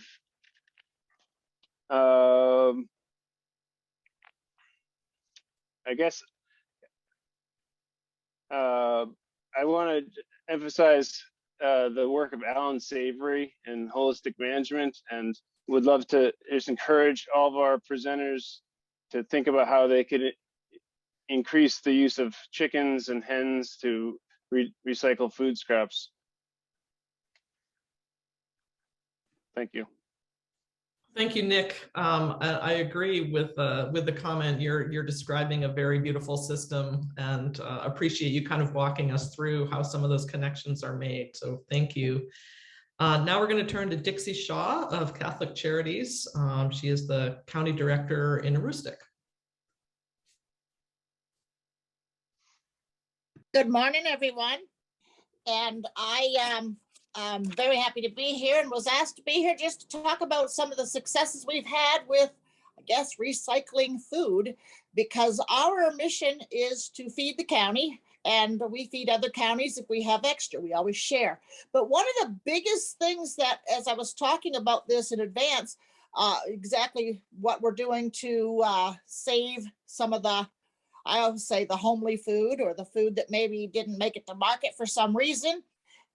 We're here in, we have a warehouse here. We have two, actually, one in Caribou and one in Monticello. Monticello is perfectly situated right off US Route 1, which is pretty much the main artery, other than Route 11, to go into Aroostook County. So all the trucks that come up the 95 that are heading up north to pick up potatoes or potato products have to go by our warehouse.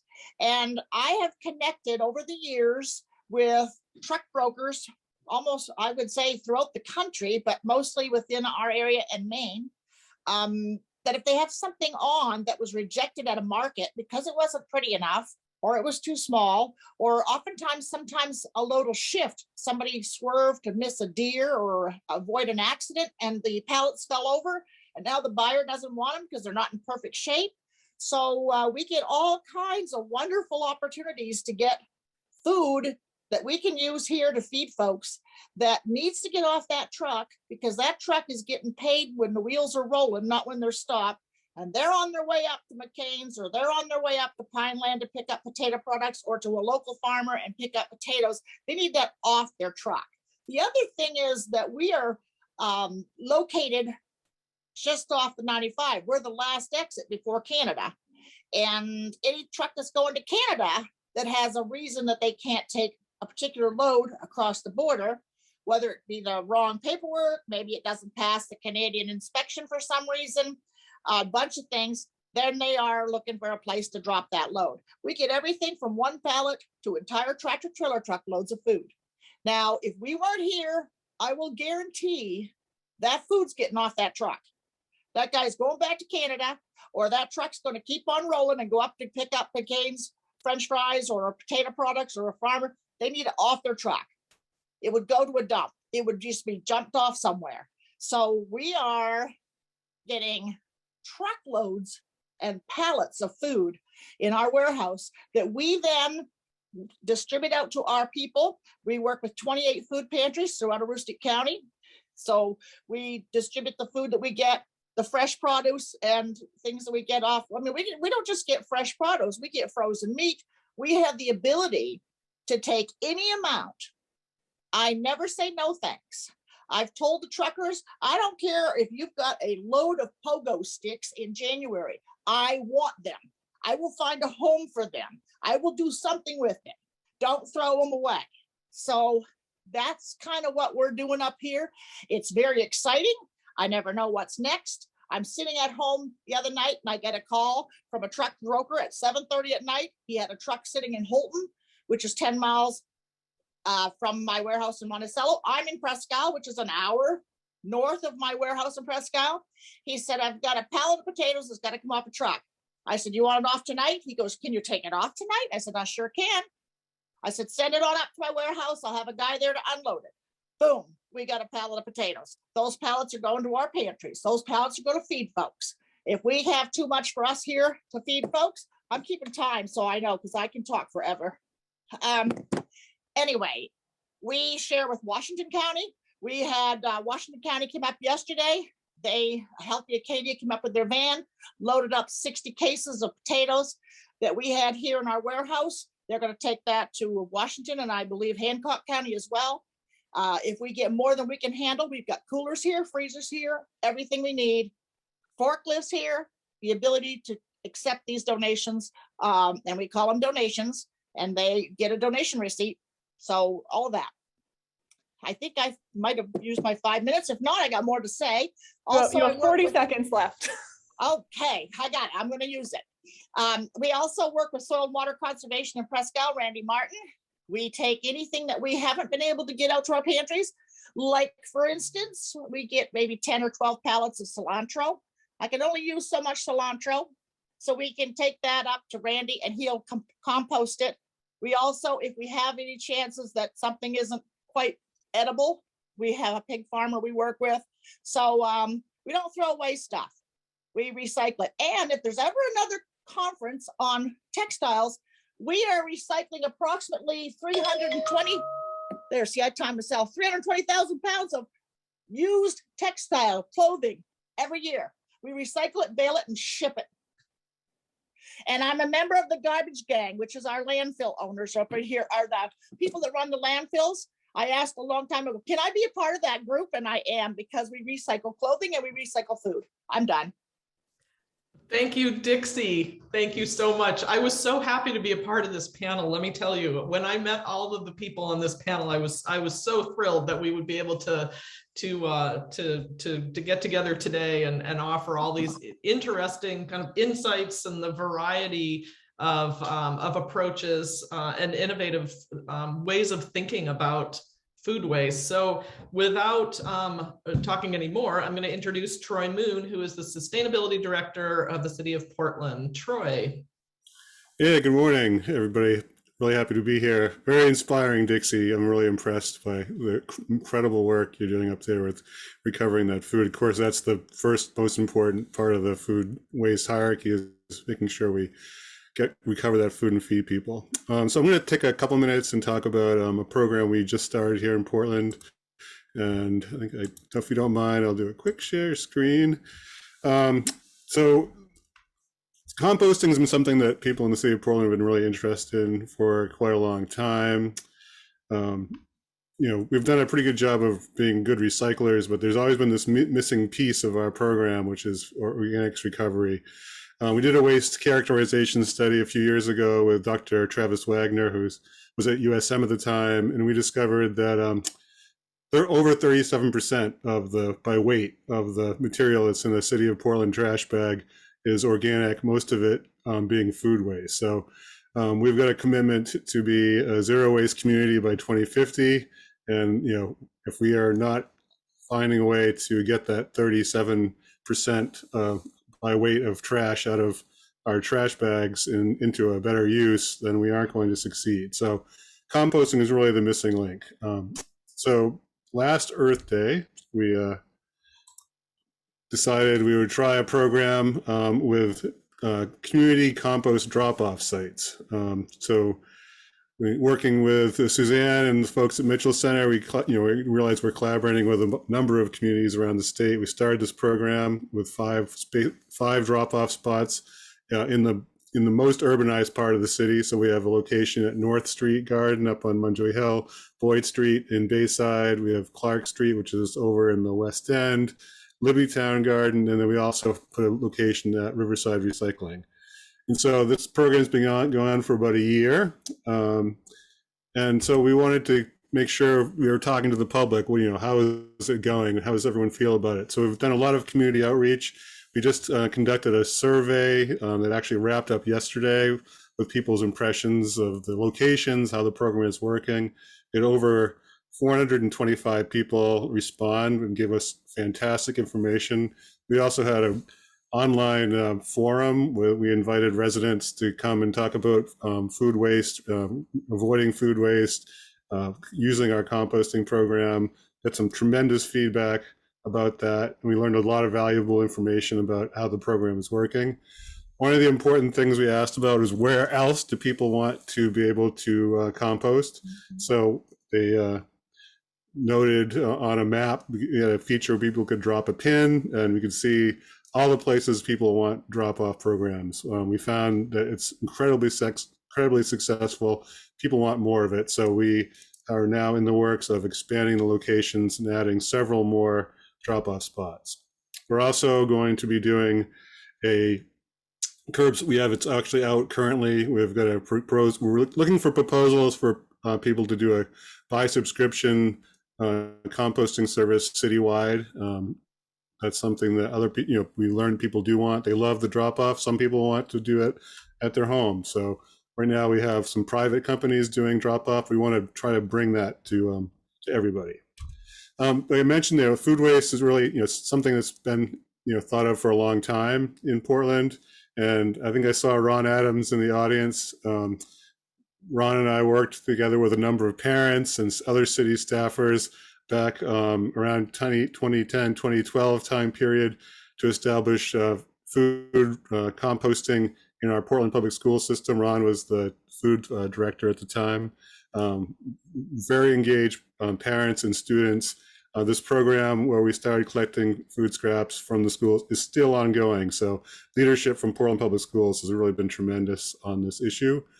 And we have, just an ecosystem of consciousness about recovering food and trying to get food to hungry people. So there's organizations who do community agriculture with, cultivating community, Wayside, of course, and Preble Street recovering food, and food collection, composting companies like Garbage to Garden and AgriCycle. So we're just really pleased to have this much, interest and capacity in Portland to do this work. So.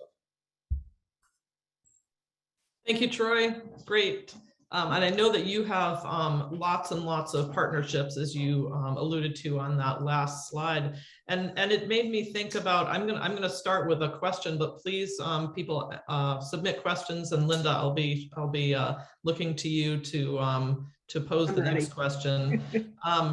Many of you have talked about these partnerships with different people and also changing behavior and influencing behavior and how we're approaching this topic.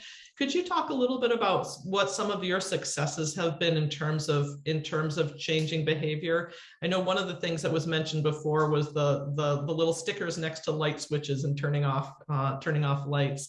But are there things that you've noticed that are helping people think about this differently and in turn shifting behavior? So I'll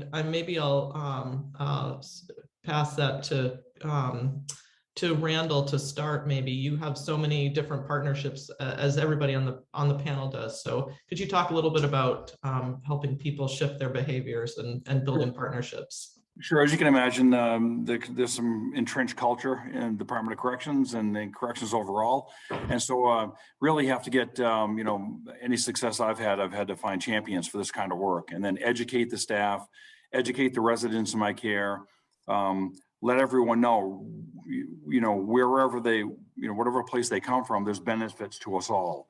If they're environmentally aware, there's a tremendous benefit there. If they're fiscally concerned, tremendous there. If we're talking about enhancing nutrition to the residents and the staff that eat out of our dining facilities, benefit there. And so those are all the things that were important for me to relay to my staff and to the residents, that everyone benefits utilizing these practices. Same with the legislators. When we talk about wherever you are politically, this makes sense for all of us. It's smart financially, it's smart politically, it's smart nutritionally.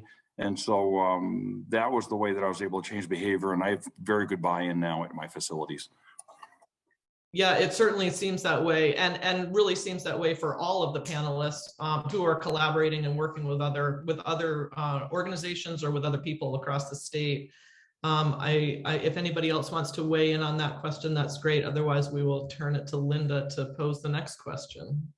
So first, I want to just do a summary. There are lots of things that people are saying in the chat that aren't questions, but they're important. So the themes that are showing up are, this is so inspiring, that no wonder this was called a success story session, because these are amazing. The knowledge that all of you have, and that part of that knowledge that's there is not just problem solving, but creative problem solving. That you didn't say this will what will work. You said this is how we thought about it, and this is what we've tried, and these are some of the things that have worked. For example, taking advantage of location. Dixie's discussion about where they're located and why that's important. And each of you, in important ways, used your location as fundamental. And so people just kept saying the knowledge, the stories, so inspiring, the problem solving. Thank you, Linda. That's great. Let's see. We do have a question here from Mark. How does Catholic Charities manage to fund all of their good work? Dixie, do you want to talk a little bit about that?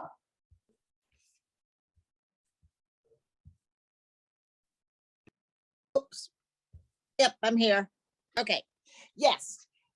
We operate 4 thrift stores so that we can be as self-sustaining as possible. So we're not only recycling food and waste, or would have been waste, but we're also doing household items. So that's one way we fund our efforts, as well as we do fundraisers. We've got a big pro stock car race coming up in June. We have a corn maze that we do in the fall. We have a bunch of annual events that we're now doing. We just did a telethon here in Aroostook County, raised over $70,000 in Aroostook County during these hard times. That's tells me that not only, well, what that does for me is tells me that folks in this community know what we're doing and believe in us. When I can think in Aroostook County, as hard as things are right now, to raise $70,000, it just validates for me. But anyway, we do have a state contract with USDA, but that's not a great big contract. Typically, they like to get you the food, but they don't like to get you the buildings to put the food in, that kind of thing. But we have an infrastructure in place that we've written grants with, and people support our work, and we appreciate it greatly, because that's how we do it. And we have to, I always say to my crew, we got to pay our way or we're not here. And so we work all the time. I've got to run out here in a bit and get back to work at the thrift store because it's open today. And that's how we generate some of the revenue to do some of the work we do. Our mission is to feed folks, period. We get lots of other things done by doing that, such as the food that we're saving from going to the landfill, the clothing that we're recycling, and all the household goods. We recycle cardboard. I think we're doing our part in saving the planet and feeding the county. And Dixie, in the chat, people are saying, goodness, this is really impressive. So you should know people are hearing you. I would love to have people come visit anytime. We're right on US Route 1, just when you get off the 95 and head north. Thank you, Dixie, and we really appreciate all of the panelists being here and offering their time today, because obviously these 4 people do a lot every single day. Troy, one more question about building partnerships. I know that your office is a fairly small office, and what you're putting into place requires building partnerships and working with people and organizing people and doing this outreach. How do you make that all work? Because you're doing a lot with many, many different people.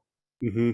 Yeah, and I think really it's key is building relationships, finding like-minded people, both in the city organization and the community, to collaborate. So I mentioned back in 2012, we did working with the school department, food service, and parents. And it was really that synergy of everyone coming together that made the difference. So now with our current program, we work really closely with the Parks Department, who is happy to have our drop-off programs in community gardens and park spaces.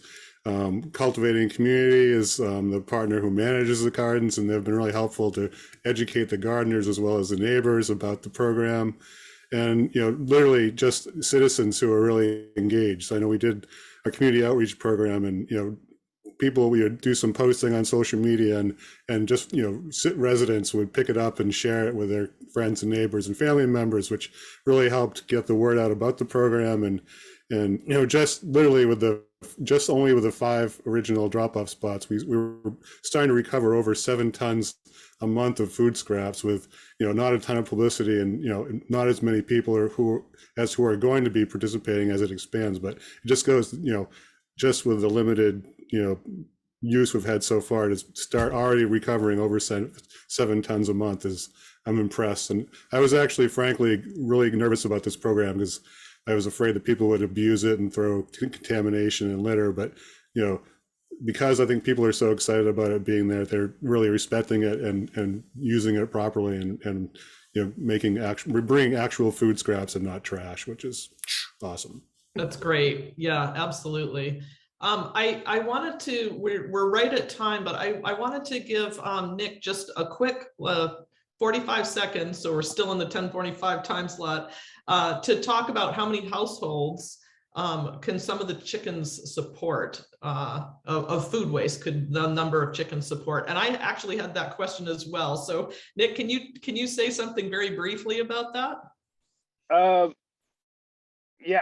Well, we have about 400 hens. Well, last year we had about 400 hens, and we're collecting about 50 households, and we can make those 50 households disappear in a couple days.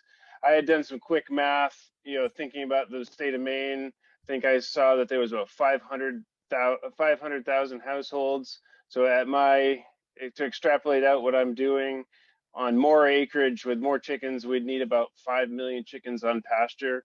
That would be about 5,000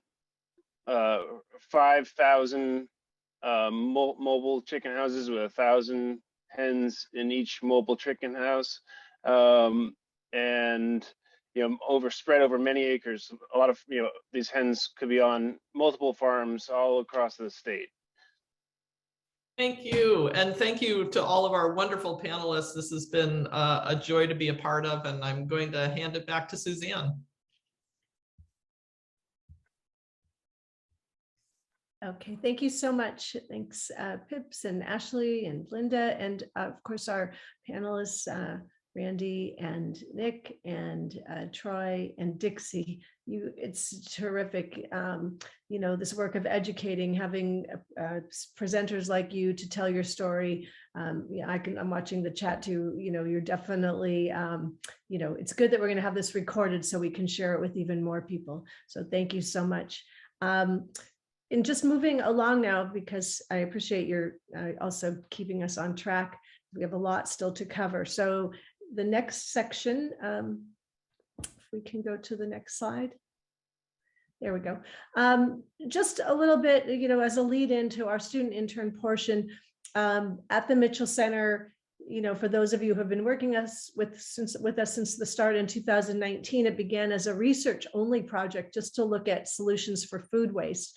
And the students who were working on the team at that point came up with looking at best practices, working with stakeholders, but more on paper, what could be the solutions. So we have these 6 solutions to end Maine's to reduce by 50% by 2030 in keeping with the EPA goals. So measuring and tracking food waste, increasing more food rescue in the state, building consumer education, building food handling and processing infrastructure, promoting food donation, and the last one is removing food waste from the landfills, or what we know to be now food recycling. So these were the things that were discussed as ideas, the best ideas for the state of Maine.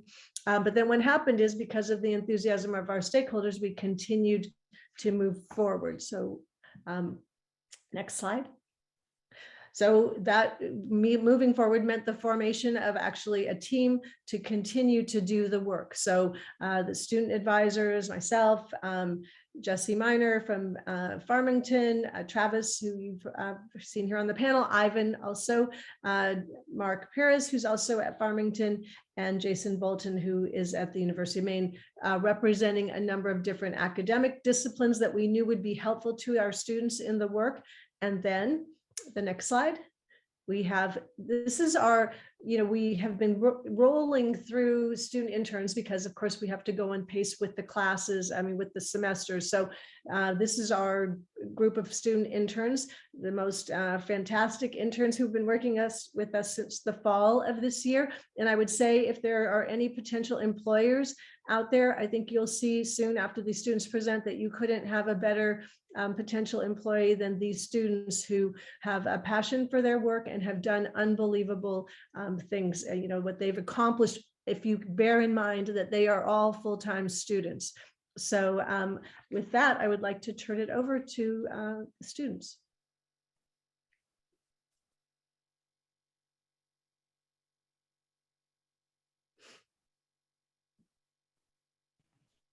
Hi, I'm Ryan Fitzmaurice, and my solution is tracking and measuring, which is all about tracking your food waste to reduce your waste and to increase your savings. Next slide.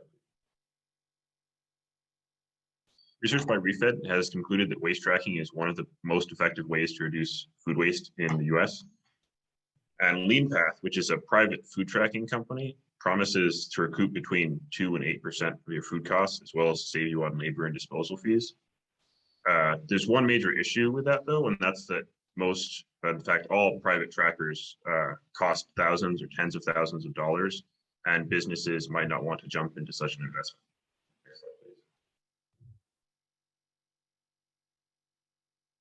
So Food Rescue Maine set out to make our own tracker that would be available for free to Maine businesses and residents.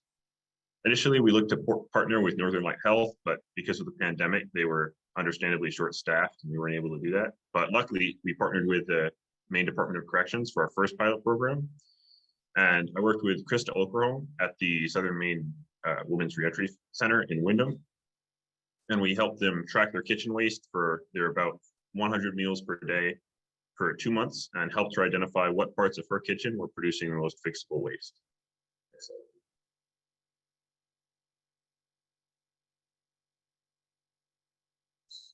After finishing our pilot with the reentry facility in Windham, we again partnered with the Department of Corrections to track food waste at 2 more facilities, the Maine State Prison and Bolton Correctional Facility, jumping from 1 facility of around 50 residents to 2 facilities with a total of around 830 residents. And using an updated tracker, we helped the 2 facilities to reduce their food waste by about 20%, saving the Department of Corrections around $20,000 annually if they maintain their reduction in food waste. Several kitchen directors from the Department of Corrections also made their own food menu that incorporates an option to reuse leftovers, which will reduce their waste even further. Next slide, please. Food tracking isn't just helpful for businesses, however, and if you want to reduce the waste in your own home to help both the environment and your wallet, tracking is the best option. I've developed this home tracker to help you help yourself. That's available for free on the Maine Food Rescue Maine website. Next slide, please. Food waste trackers have been proven to save you money and food, so I encourage you to pursue a tracker for yourself or your business. If you'd like to know more about the business or home tracker that we've developed, or to use either of them for yourself, then please come to workshop number 1, where I'll be joined by Professor Michael Haydick and the kitchen directors of both Maine State Prison and Bolton Correctional Facility, Jeffrey Space and Angela Smith, who both have lots of firsthand experience with food waste tracking. Thank you.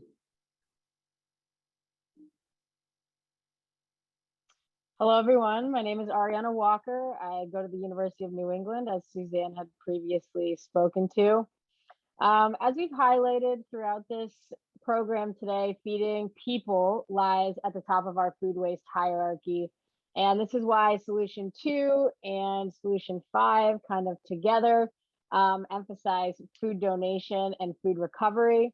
I had the pleasure of working on these over the past year, and they are so important. And just to highlight the importance of this, some essential statistics that should be emphasized to show how critical food donation is include the fact that 40% of food produced is never eaten, while in Maine, simultaneously, we have the highest food insecurity rate in New England. You can see it's about 1 in 8 adults and 1 in 5 children are going hungry, specifically in Maine.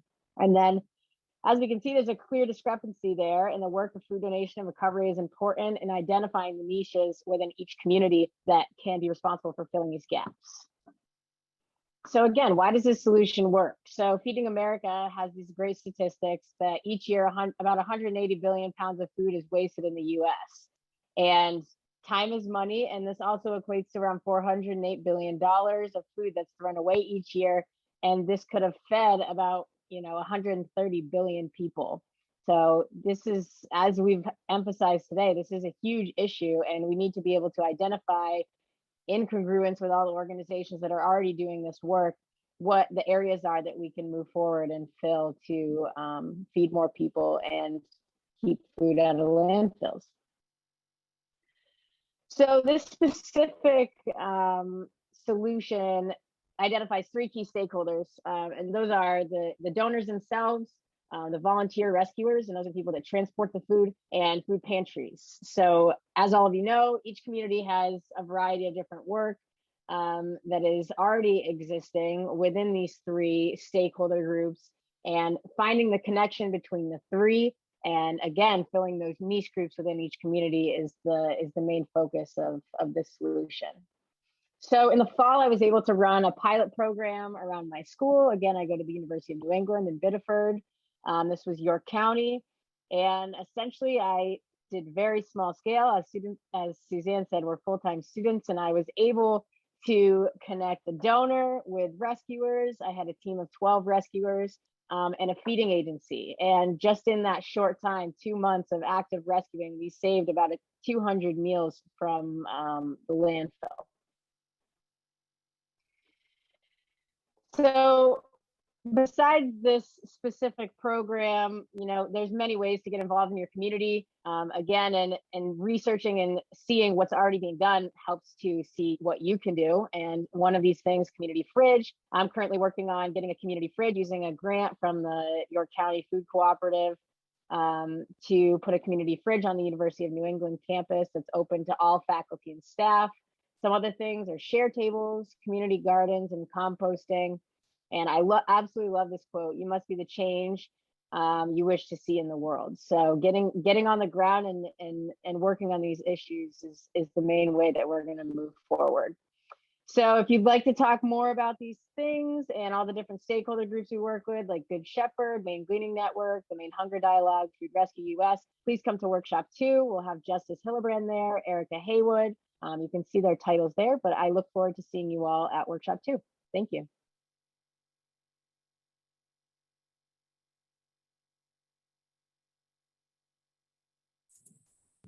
All right. Hello, everyone. My name is William Dunham, and I work on solution number 4, which is building farm food infrastructure. And so your first question might be, well, what is food infrastructure? And I've included a few photos here of some basic common examples. There's a commercial freezer, a commercial dehydrator, and also a commercial kitchen. And then the farm aspect of it is really just denoting the fact that our main stakeholders are farmers. And so that's the main group that we work with. And so why is that important? Why choose farmers? And there's some great statistics on this from ReFed from 2019, and this is for the state of Maine. They found that 15.1% of total food waste in tons was wasted on the farm. That's 32.2 thousand tons. And they also found that improving imperfect and surplus produced channels is the 5th most valuable solution. And then on the next slide, we have a survey that we did, which sort of further proves that this is an important solution. It's all about surplus, which is one of the major sources of food waste on the farm. And there's really 2 main findings from the survey. The first one was that surplus is unreliable and varied, but as you can see from this bottom left graph, almost 90% of farmers reported having it every year. And then the second main finding was that a majority of farmers showed a preference for a solution that would allow them to sell their surplus at cost plus to institutions. And the example we gave was public schools. And then on the next slide is an example, this program that we developed to do just that. Basically, the way the program works is we send out a report that looks something like this photo here on the left. It has surplus from various different farms across the state. One of the farmers that participates in this photo is Penny Jordan in this program. It's Penny Jordan, who's in this photo with me here. I visited her farm. And we send that list out to different institutions. The main one that we work with right now is the Maine DOC. And then on the next slide, we have some other programs that we work on. So right now, a tool that helps connect farmers with volunteers to harvest leftover crops. And then we get that those leftover crops into food banks. And then also we're exploring some processing solutions, mostly dehydration right now. And then the final program I'll talk about is on the next slide, which is the GIS map. And there's really three main goals to this. The first is to promote the creation of Maine circular food systems. Second is to identify a range of regionally based solutions to eliminate food waste in Maine. And then third is to reconnect all of the different stakeholders in this area to make sure that there is no wasted food. And then on the next slide is talking about this breakout session. That is a very sort of brief outline of a very rich tool. And so if you'd like to learn more, you can join the third breakout session, which will have some experts in that area. So thank you.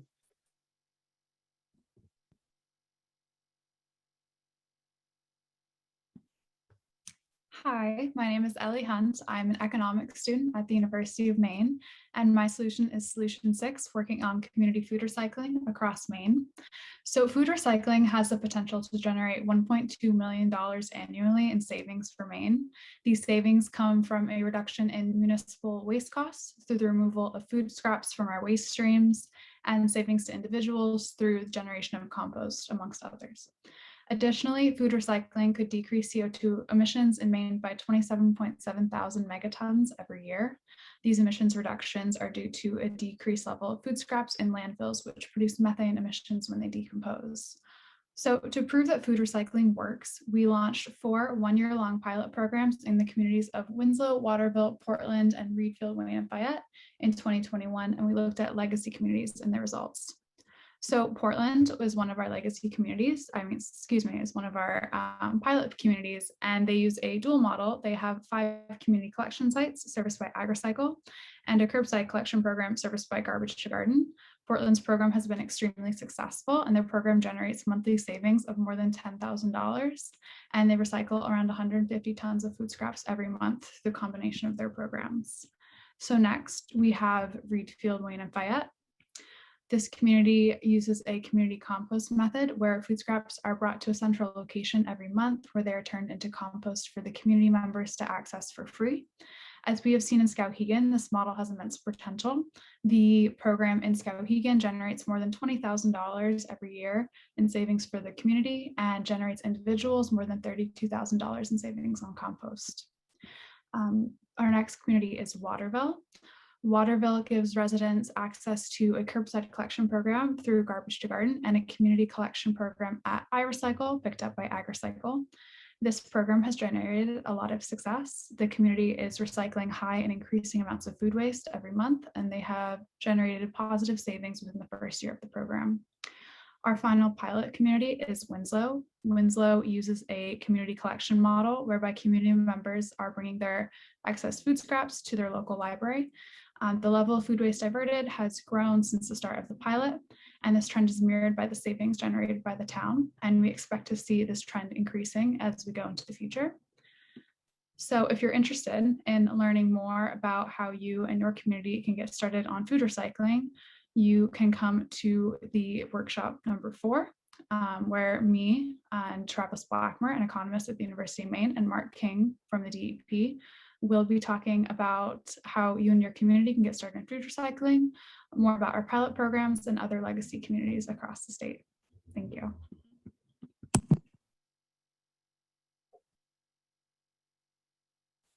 Hello, my name is Hannah Creighton, and my solution is community education and action. ReFed has identified consumer education campaigns in the top 5 solutions for all stakeholders with an estimated $6 billion in net financial benefit to gain in the US. Education is the most important solution area to gain community engagement and really get the whole state involved in ending food waste. It is necessary for change and the reason we see expanding programs. Please.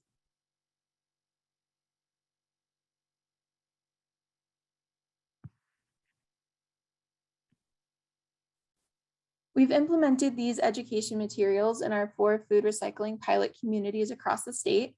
We've worked in collaboration with the towns to create these resources, which include informational brochures that serve as a pamphlet with everything you need to know about food recycling. And we actually used to only have the drop-off site address on one of the panels until it was suggested by a community member that we add a photo of the actual site.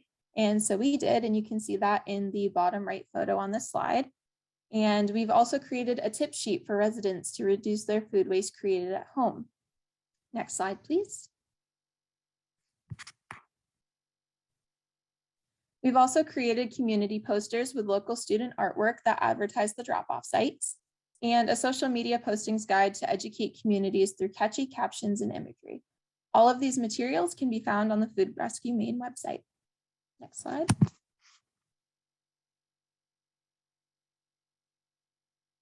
This slide shows the results of implementing those education materials using the strategies of prevention, recovery, and recycling. This chart shows our communications across the top and our key outreach elements across the side. These elements were identified by our pilot communities based on what they thought would be effective in achieving our goal. As you can see, we have a broad range of materials used with an even broader outreach in our communities. My chart correlates with Ellie's data in that the towns with the most education are also the towns with the highest participation rates and cost savings. Additionally, Portland and Waterville are already looking to expand their program to include more drop-off sites. Next slide. We also recognize the importance of gaining feedback from our community members so we can adapt the program to fit each community we work with. We are currently conducting an online and paper survey in the city of Waterville with the goal of understanding how and why the residents of Waterville use the recycling facilities. With the results of the survey, we hope to understand the demographics of the program and work to expand the program's outreach. We are really just figuring out what works here and what we could be improving before we expand to other interested communities. Next slide, please. Coming up here soon, we have a Zoom Live event that we are putting on for our communities and even residents in neighboring communities who might want to join.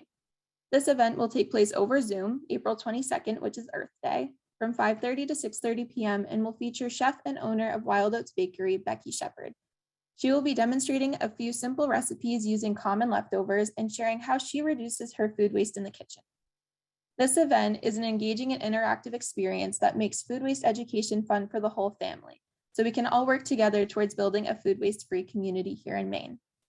Kalina Kenyon, our social media expert on the communications team, will be promoting this event on all Food Rescue Maine social media. You can take it away, Kalina. Thank you, Hannah. My name is Kalina Kenyon, and I work on social media at Food Rescue Maine. As Hannah stated previously, communication is an invaluable tool. Social media is one of the best ways to communicate with the public because over 4.55 billion people use it, 4.24 million users joined within the past year, and most importantly, social media gives us the opportunity to connect with Maine communities. Next slide, please. Since last summer, we have thoroughly developed an Instagram and Facebook and are making strides towards the development of a TikTok. So at the top left, you can see our analytics from the past year for Facebook and Instagram, which goes over our likes, engagement, and total reach. Below is our most popular Instagram post that promoted the summit, and to the right of that is our most popular Facebook post, which actually promoted the blog, which can be found on the website. And lastly, this is a happy note from Enya Mayaro from the United Nations, which really showcases our unique connections we can create with people on social media. Before we created a social media account, we were unsure of how many people we were impacting. We started with nothing, 0 followers. Yet, from working at Food Rescue Maine for almost a year, I've created and developed our own Facebook and Instagram pages. In addition, we have a TikTok page in the works.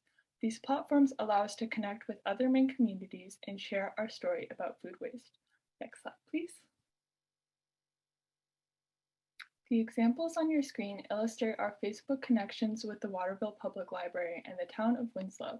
These communities help promote our work. As we work to promote them, they help promote us too. By using Facebook as a tool, we can connect with Maine towns, which will reach Maine people, all while spreading the idea of food reduction. In just 2 brief posts, we have worked with our communities, sharing fun facts, ideas about food recycling, as well as food donation. Next slide, please. So Caitlin, one of our service learning students, has been working on TikToks. And if you guys would like, we can take a look to see some food recovery tips.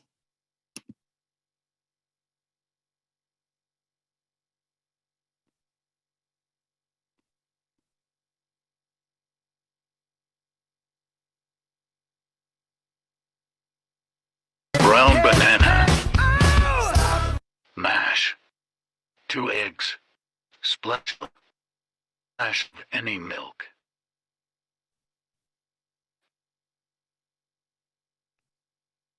Quarter TSP baking powder.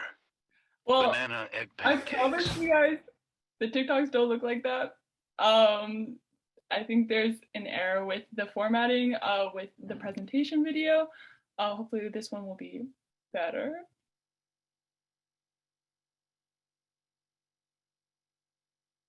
Okay, maybe not. I'm not sure if the audio is working. It's okay, Ariana, thank you. How to properly store berries. 2 cups water, 1 cup vinegar. Mix and rinse. If you Paper guys want towel. to check out our TikToks, we have them on the website. There's a link to them, and we also have a QR code on the next slide where you can follow us and actually watch the videos, and they will actually work. So our goal is to engage with even more individuals on a much broader scale. We hope to continue making engaging content while further progressing our educational awareness efforts. To do this, we need your help. By following, liking, commenting, and sharing posts with friends and family, we have the ability to reduce more Maine food. If you're interested with connecting with us, have any food rescue ideas, or are interested in starting your own social media food reduction campaign, join Workshop 5 with Erin Farrell, Hannah Creighton, and myself. And this little QR code will take you to the TikToks that will promise they aren't that choppy. Thank you guys. Have a good day.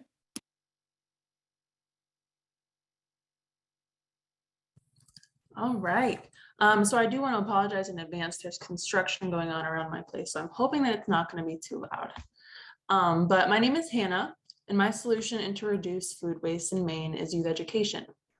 So both World Wildlife Foundation and ReFed have identified youth education as a powerful tool to reduce food waste. According to World Wildlife Foundation, schools can turn cafeterias into classrooms and empower the next generation of food waste warriors. And according to ReFed, K-12 education campaigns have the annual potential to divert 14.8 thousand tons of food waste. As Shelley Pingree mentioned earlier today, we know that children have a huge effect on the decisions their parents make. The National Retail Federation echoes this sentiment. Up to 90% of purchase decisions are influenced by kids, and food is the top third category where kids are influencing their parents' purchasing decisions. Next slide, please.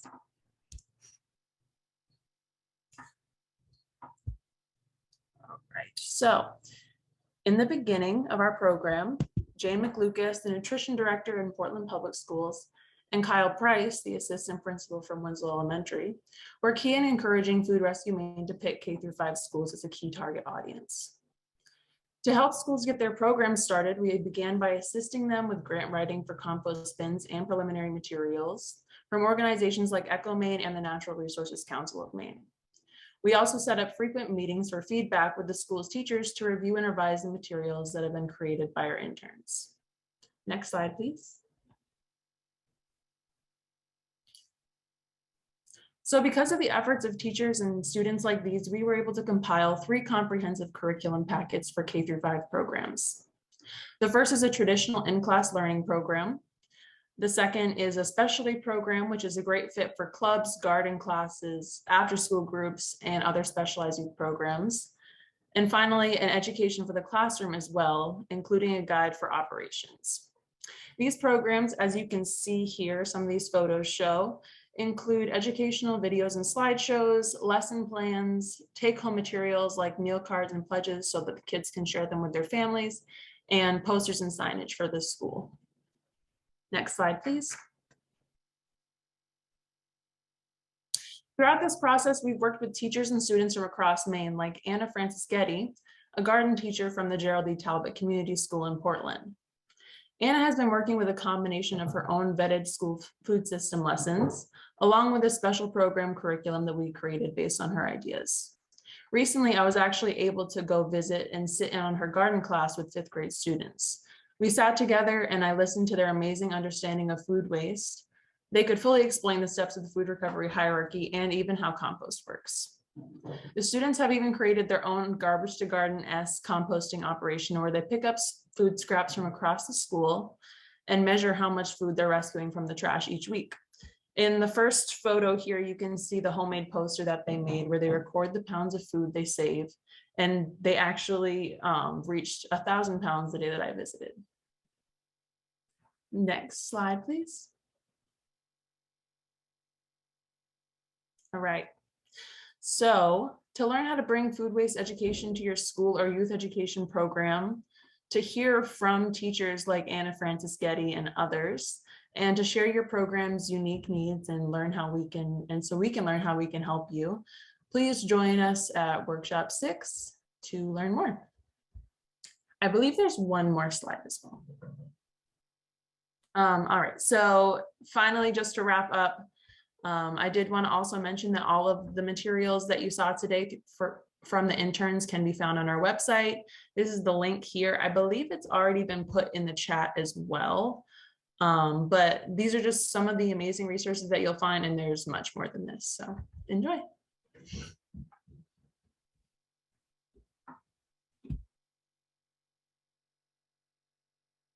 Okay. Guess thank you, Hannah, and all the interns. Let's see, we'll get the screen. There we go. So thank you. And, you know, again, remember that all the students are full-time students. All of them are actually top students in their majors, and they're doing all this work on top of it.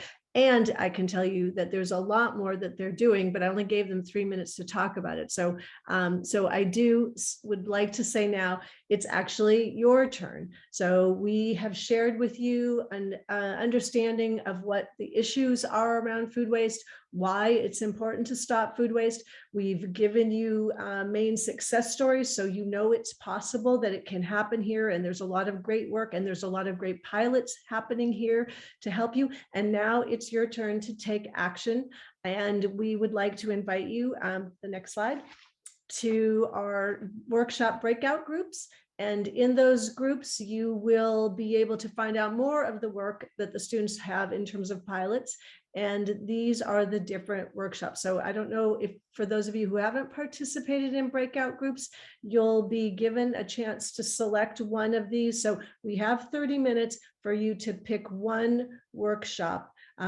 If you have other questions, you know, again, you could put them in the chat. We'll have ways for you to follow up with us later, but maybe pick the one that you think is the most relevant to what you could be doing. And we not only have the student hosts, but faculty hosts as well. And then we'll actually have some of our partners there to talk about their experiences working in these different areas. So the first workshop is a tracking and measuring. So Ryan and the trackers, if that's something, you know, which is, you know, the beginning of it is always what gets measured gets managed. So it's a great place to start. Workshop 2 is increasing food rescue and donation. There is still a tremendous potential, as you can see from the numbers, to put a lot more food into the donation system to feed more people. It's a quick and immediate way to end food waste and feed people at the same time. So that win-win. Workshop 3 is a little bit of a different workshop. This one is very exciting. We have some graduate students here who've been working on this circular food system map. And so we invite you to come if you're interested in seeing what this tool could be. They can explain it to you, and you could actually get in on the ground floor now with some, you know, this is what I think it could do. So we have Courtney Baker and Lucas Slum and our faculty advisor, Jesse Miner, who will be in that one. Workshop 4 is community food recycling. So what Ellie was talking about, if you have a community that's interested, if you're already doing some work and want to get some additional insights, we'll also have, you know, experts there like Mark King to answer questions. Workshop 5 is all about the community education. So if your community is already doing some things or wants to start, education is also a good foundation for everything. And so I'll be there along with the students. And then workshop 6 is specifically about the youth education piece. And this doesn't have to be schools. It can be any kind of childcare, boys and girls clubs. You know, we've had a lot of interest from, you know, 4-H. We actually are working with the 4-H group out of UMaine. And, there's a lot of the materials that Hannah has created that can be useful to them. So I would just invite you now that we'll sort of adjourn into those workshop groups for a half an hour.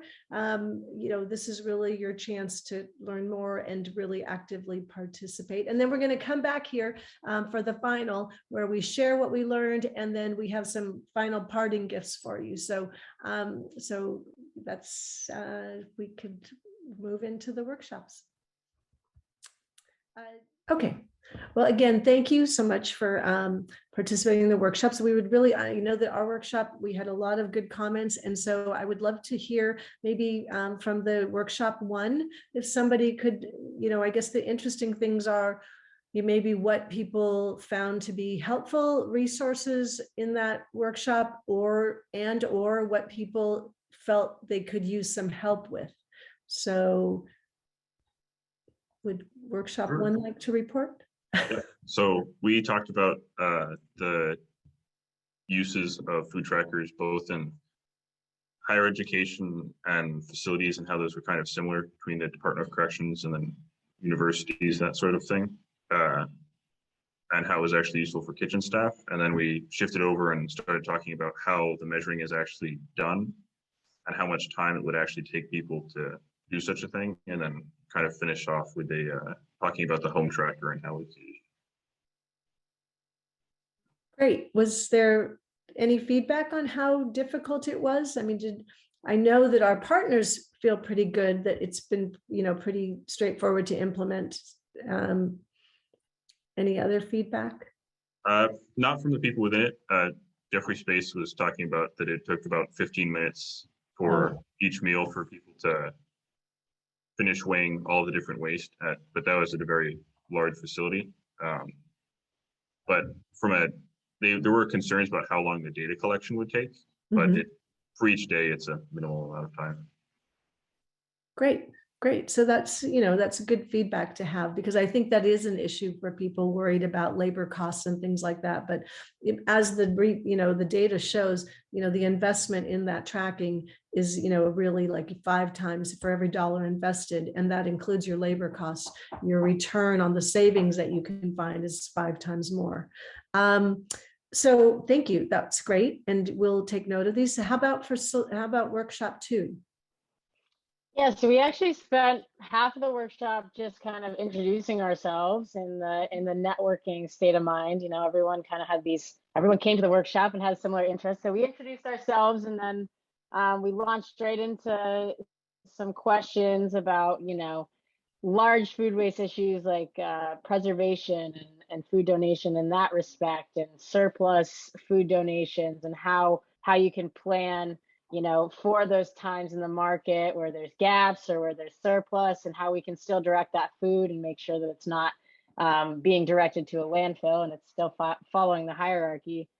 Would have been nice for more time for discussion, but we did get some productive thoughts put in there, and hopefully everyone in workshop 2 can connect with each other in the future and kind of move this idea of food donation and food recovery forward. So that's what we did in workshop 2. Great. Yeah, I should have asked Michael. I don't know. I might add one thing. Yeah. I'm sorry. I was just going to go I just back. wanted to add. Sure. Go on.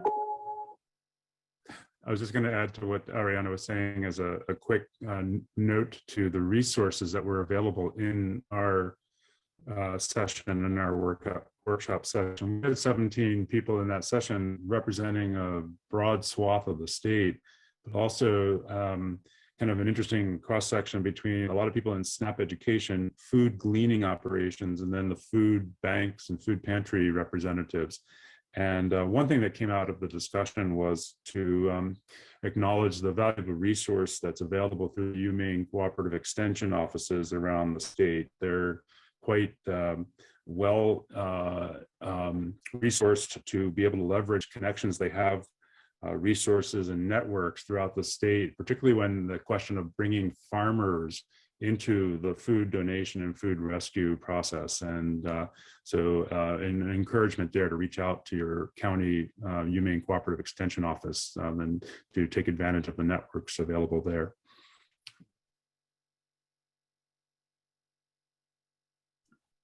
That's terrific. Yeah, I mean, and again, we are very interested in this feedback so that we can follow up. I was just going to ask Michael Heddick, who was in workshop 1, if I don't know if he's still with us or if he had any observations just as the faculty advisor. Hi, Suzanne. No, I think Ryan covered it fairly well. We had only a couple of attendees in the workshop, so we were able to focus really on the different work that the attendees were doing and the way in which the tracking tools would help with that. There were some really interesting questions about the role of food tracking in contributing to carbon accounting as well in relation to Maine's climate response plan. So that was certainly a new direction as well. Meaning that you could start tracking that as well based on the, yeah, that would be exactly. a nice, yes, nice connection. Food waste is one contributor to carbon emissions, and so tracking that waste would be helpful in that accounting process. Great. Well, thank you for letting us know. And let's see, how about workshop 3? Yeah, well, so thank you, everyone. The 2 students, Lucas and Courtney, presented this living map about, food and food waste and processing and infrastructure. They demonstrated some of the utilities that the map contains on kind of 3 different major elements of the map, the way the architecture has been constructed, and took several questions about how food pantries specifically can be built into the map to a greater degree than they are, because of how that's both like a food donation, but also potentially a food recycling mechanism.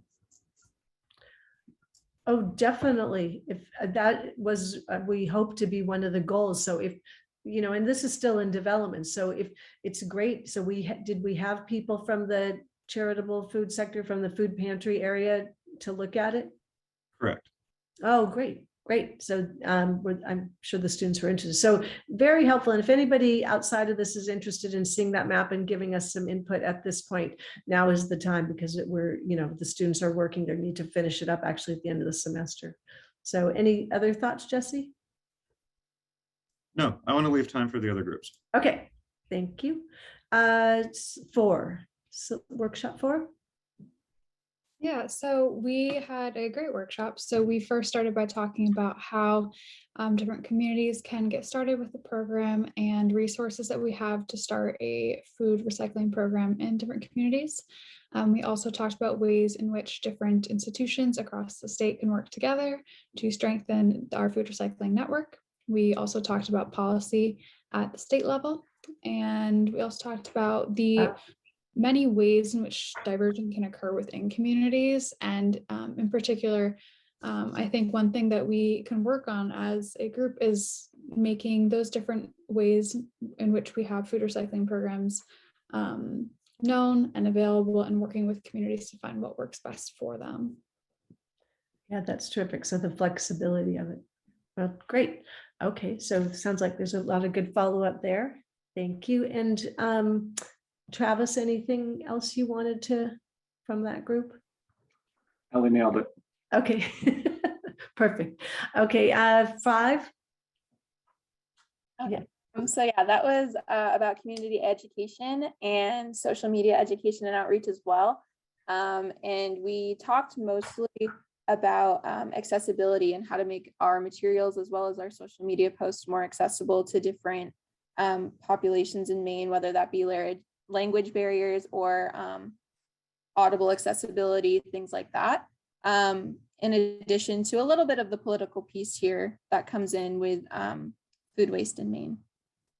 We also went over potential event planning and opportunities for the future with working with our communities. Great. Yep. So some to-dos. Perfect. That's me. I don't have anything else to say. You did it. And then how about 6? So solution 6, we talked about youth education, We started off by introducing ourselves, and then we talked mostly about some of the barriers that people have encountered bringing education to their program, particularly having a champion to really take on everything. And I know that it was echoed many times that there needs to be some sort of incentive to keep these people on and prevent burnout. And then just some of the challenges that we faced with COVID, as well as share tables and the time constraints that schools face and how to work around those and still bring education to our kids. Okay. I'm sure you had some good ideas, so we'll follow up with that one. So is there anybody who participated and wants to report out anything that we didn't get? I guess you could put it in the chat. Is that how we're handling it? Okay, well, I don't want to, we have 3 minutes. And so I want to just let us wrap up in terms of, can we put the slide back on? Because the slide has sort of my closing comment. There we go. So in terms of the next steps, I think the workshop really leads to those next steps. We are going to take the feedback that we got from there and continue to work and develop the program. So that's one piece of it. So we really appreciate the people, your contributions there. We'll be looking to expand our work. So the things that you heard about, if you didn't get to sort of express your interest in being part of something, let us know. But specifically in terms of the taking action, the DEP is going to be holding a range of regional conferences in the next month, particularly focusing on the food recycling aspect. I mean, we have a lot of pilots, we have a lot of learning now, we have legacy communities that have been doing this, and we really want to spread the word and also encourage communities to look at maybe working together on some food recycling initiatives. In some cases, it might make sense given the size of communities or the geography that they work together. So that there's an opportunity, and we'll be sharing, the DEP will be sharing that schedule of regional meetings. We will also be doing talks throughout the state and are always happy to do that. If you want some, education to start in your community and there's something that you are interested in that was talked about today, we are certainly interested in helping you with that. And then I would just say, as the final closing gift to you, that we have put on the screen the link that goes right to our website, which is a page that you can fill out with your name and address and whatever it is that you would like, a comment or some help or anything. It's really how to get you started. It's the how to get you started page on our website, but we've given you the direct link. So if there's any question that you wanted to get answered that didn't, or anything that you want as follow-up that we might not have addressed, please feel free to use that. We want this annual, we get to do this once a year. So we want to make sure that everyone gets the most value possible. So hopefully that will help. And I want to just thank all the presenters again. Fantastic. I mean, I couldn't have imagined for better information sharing.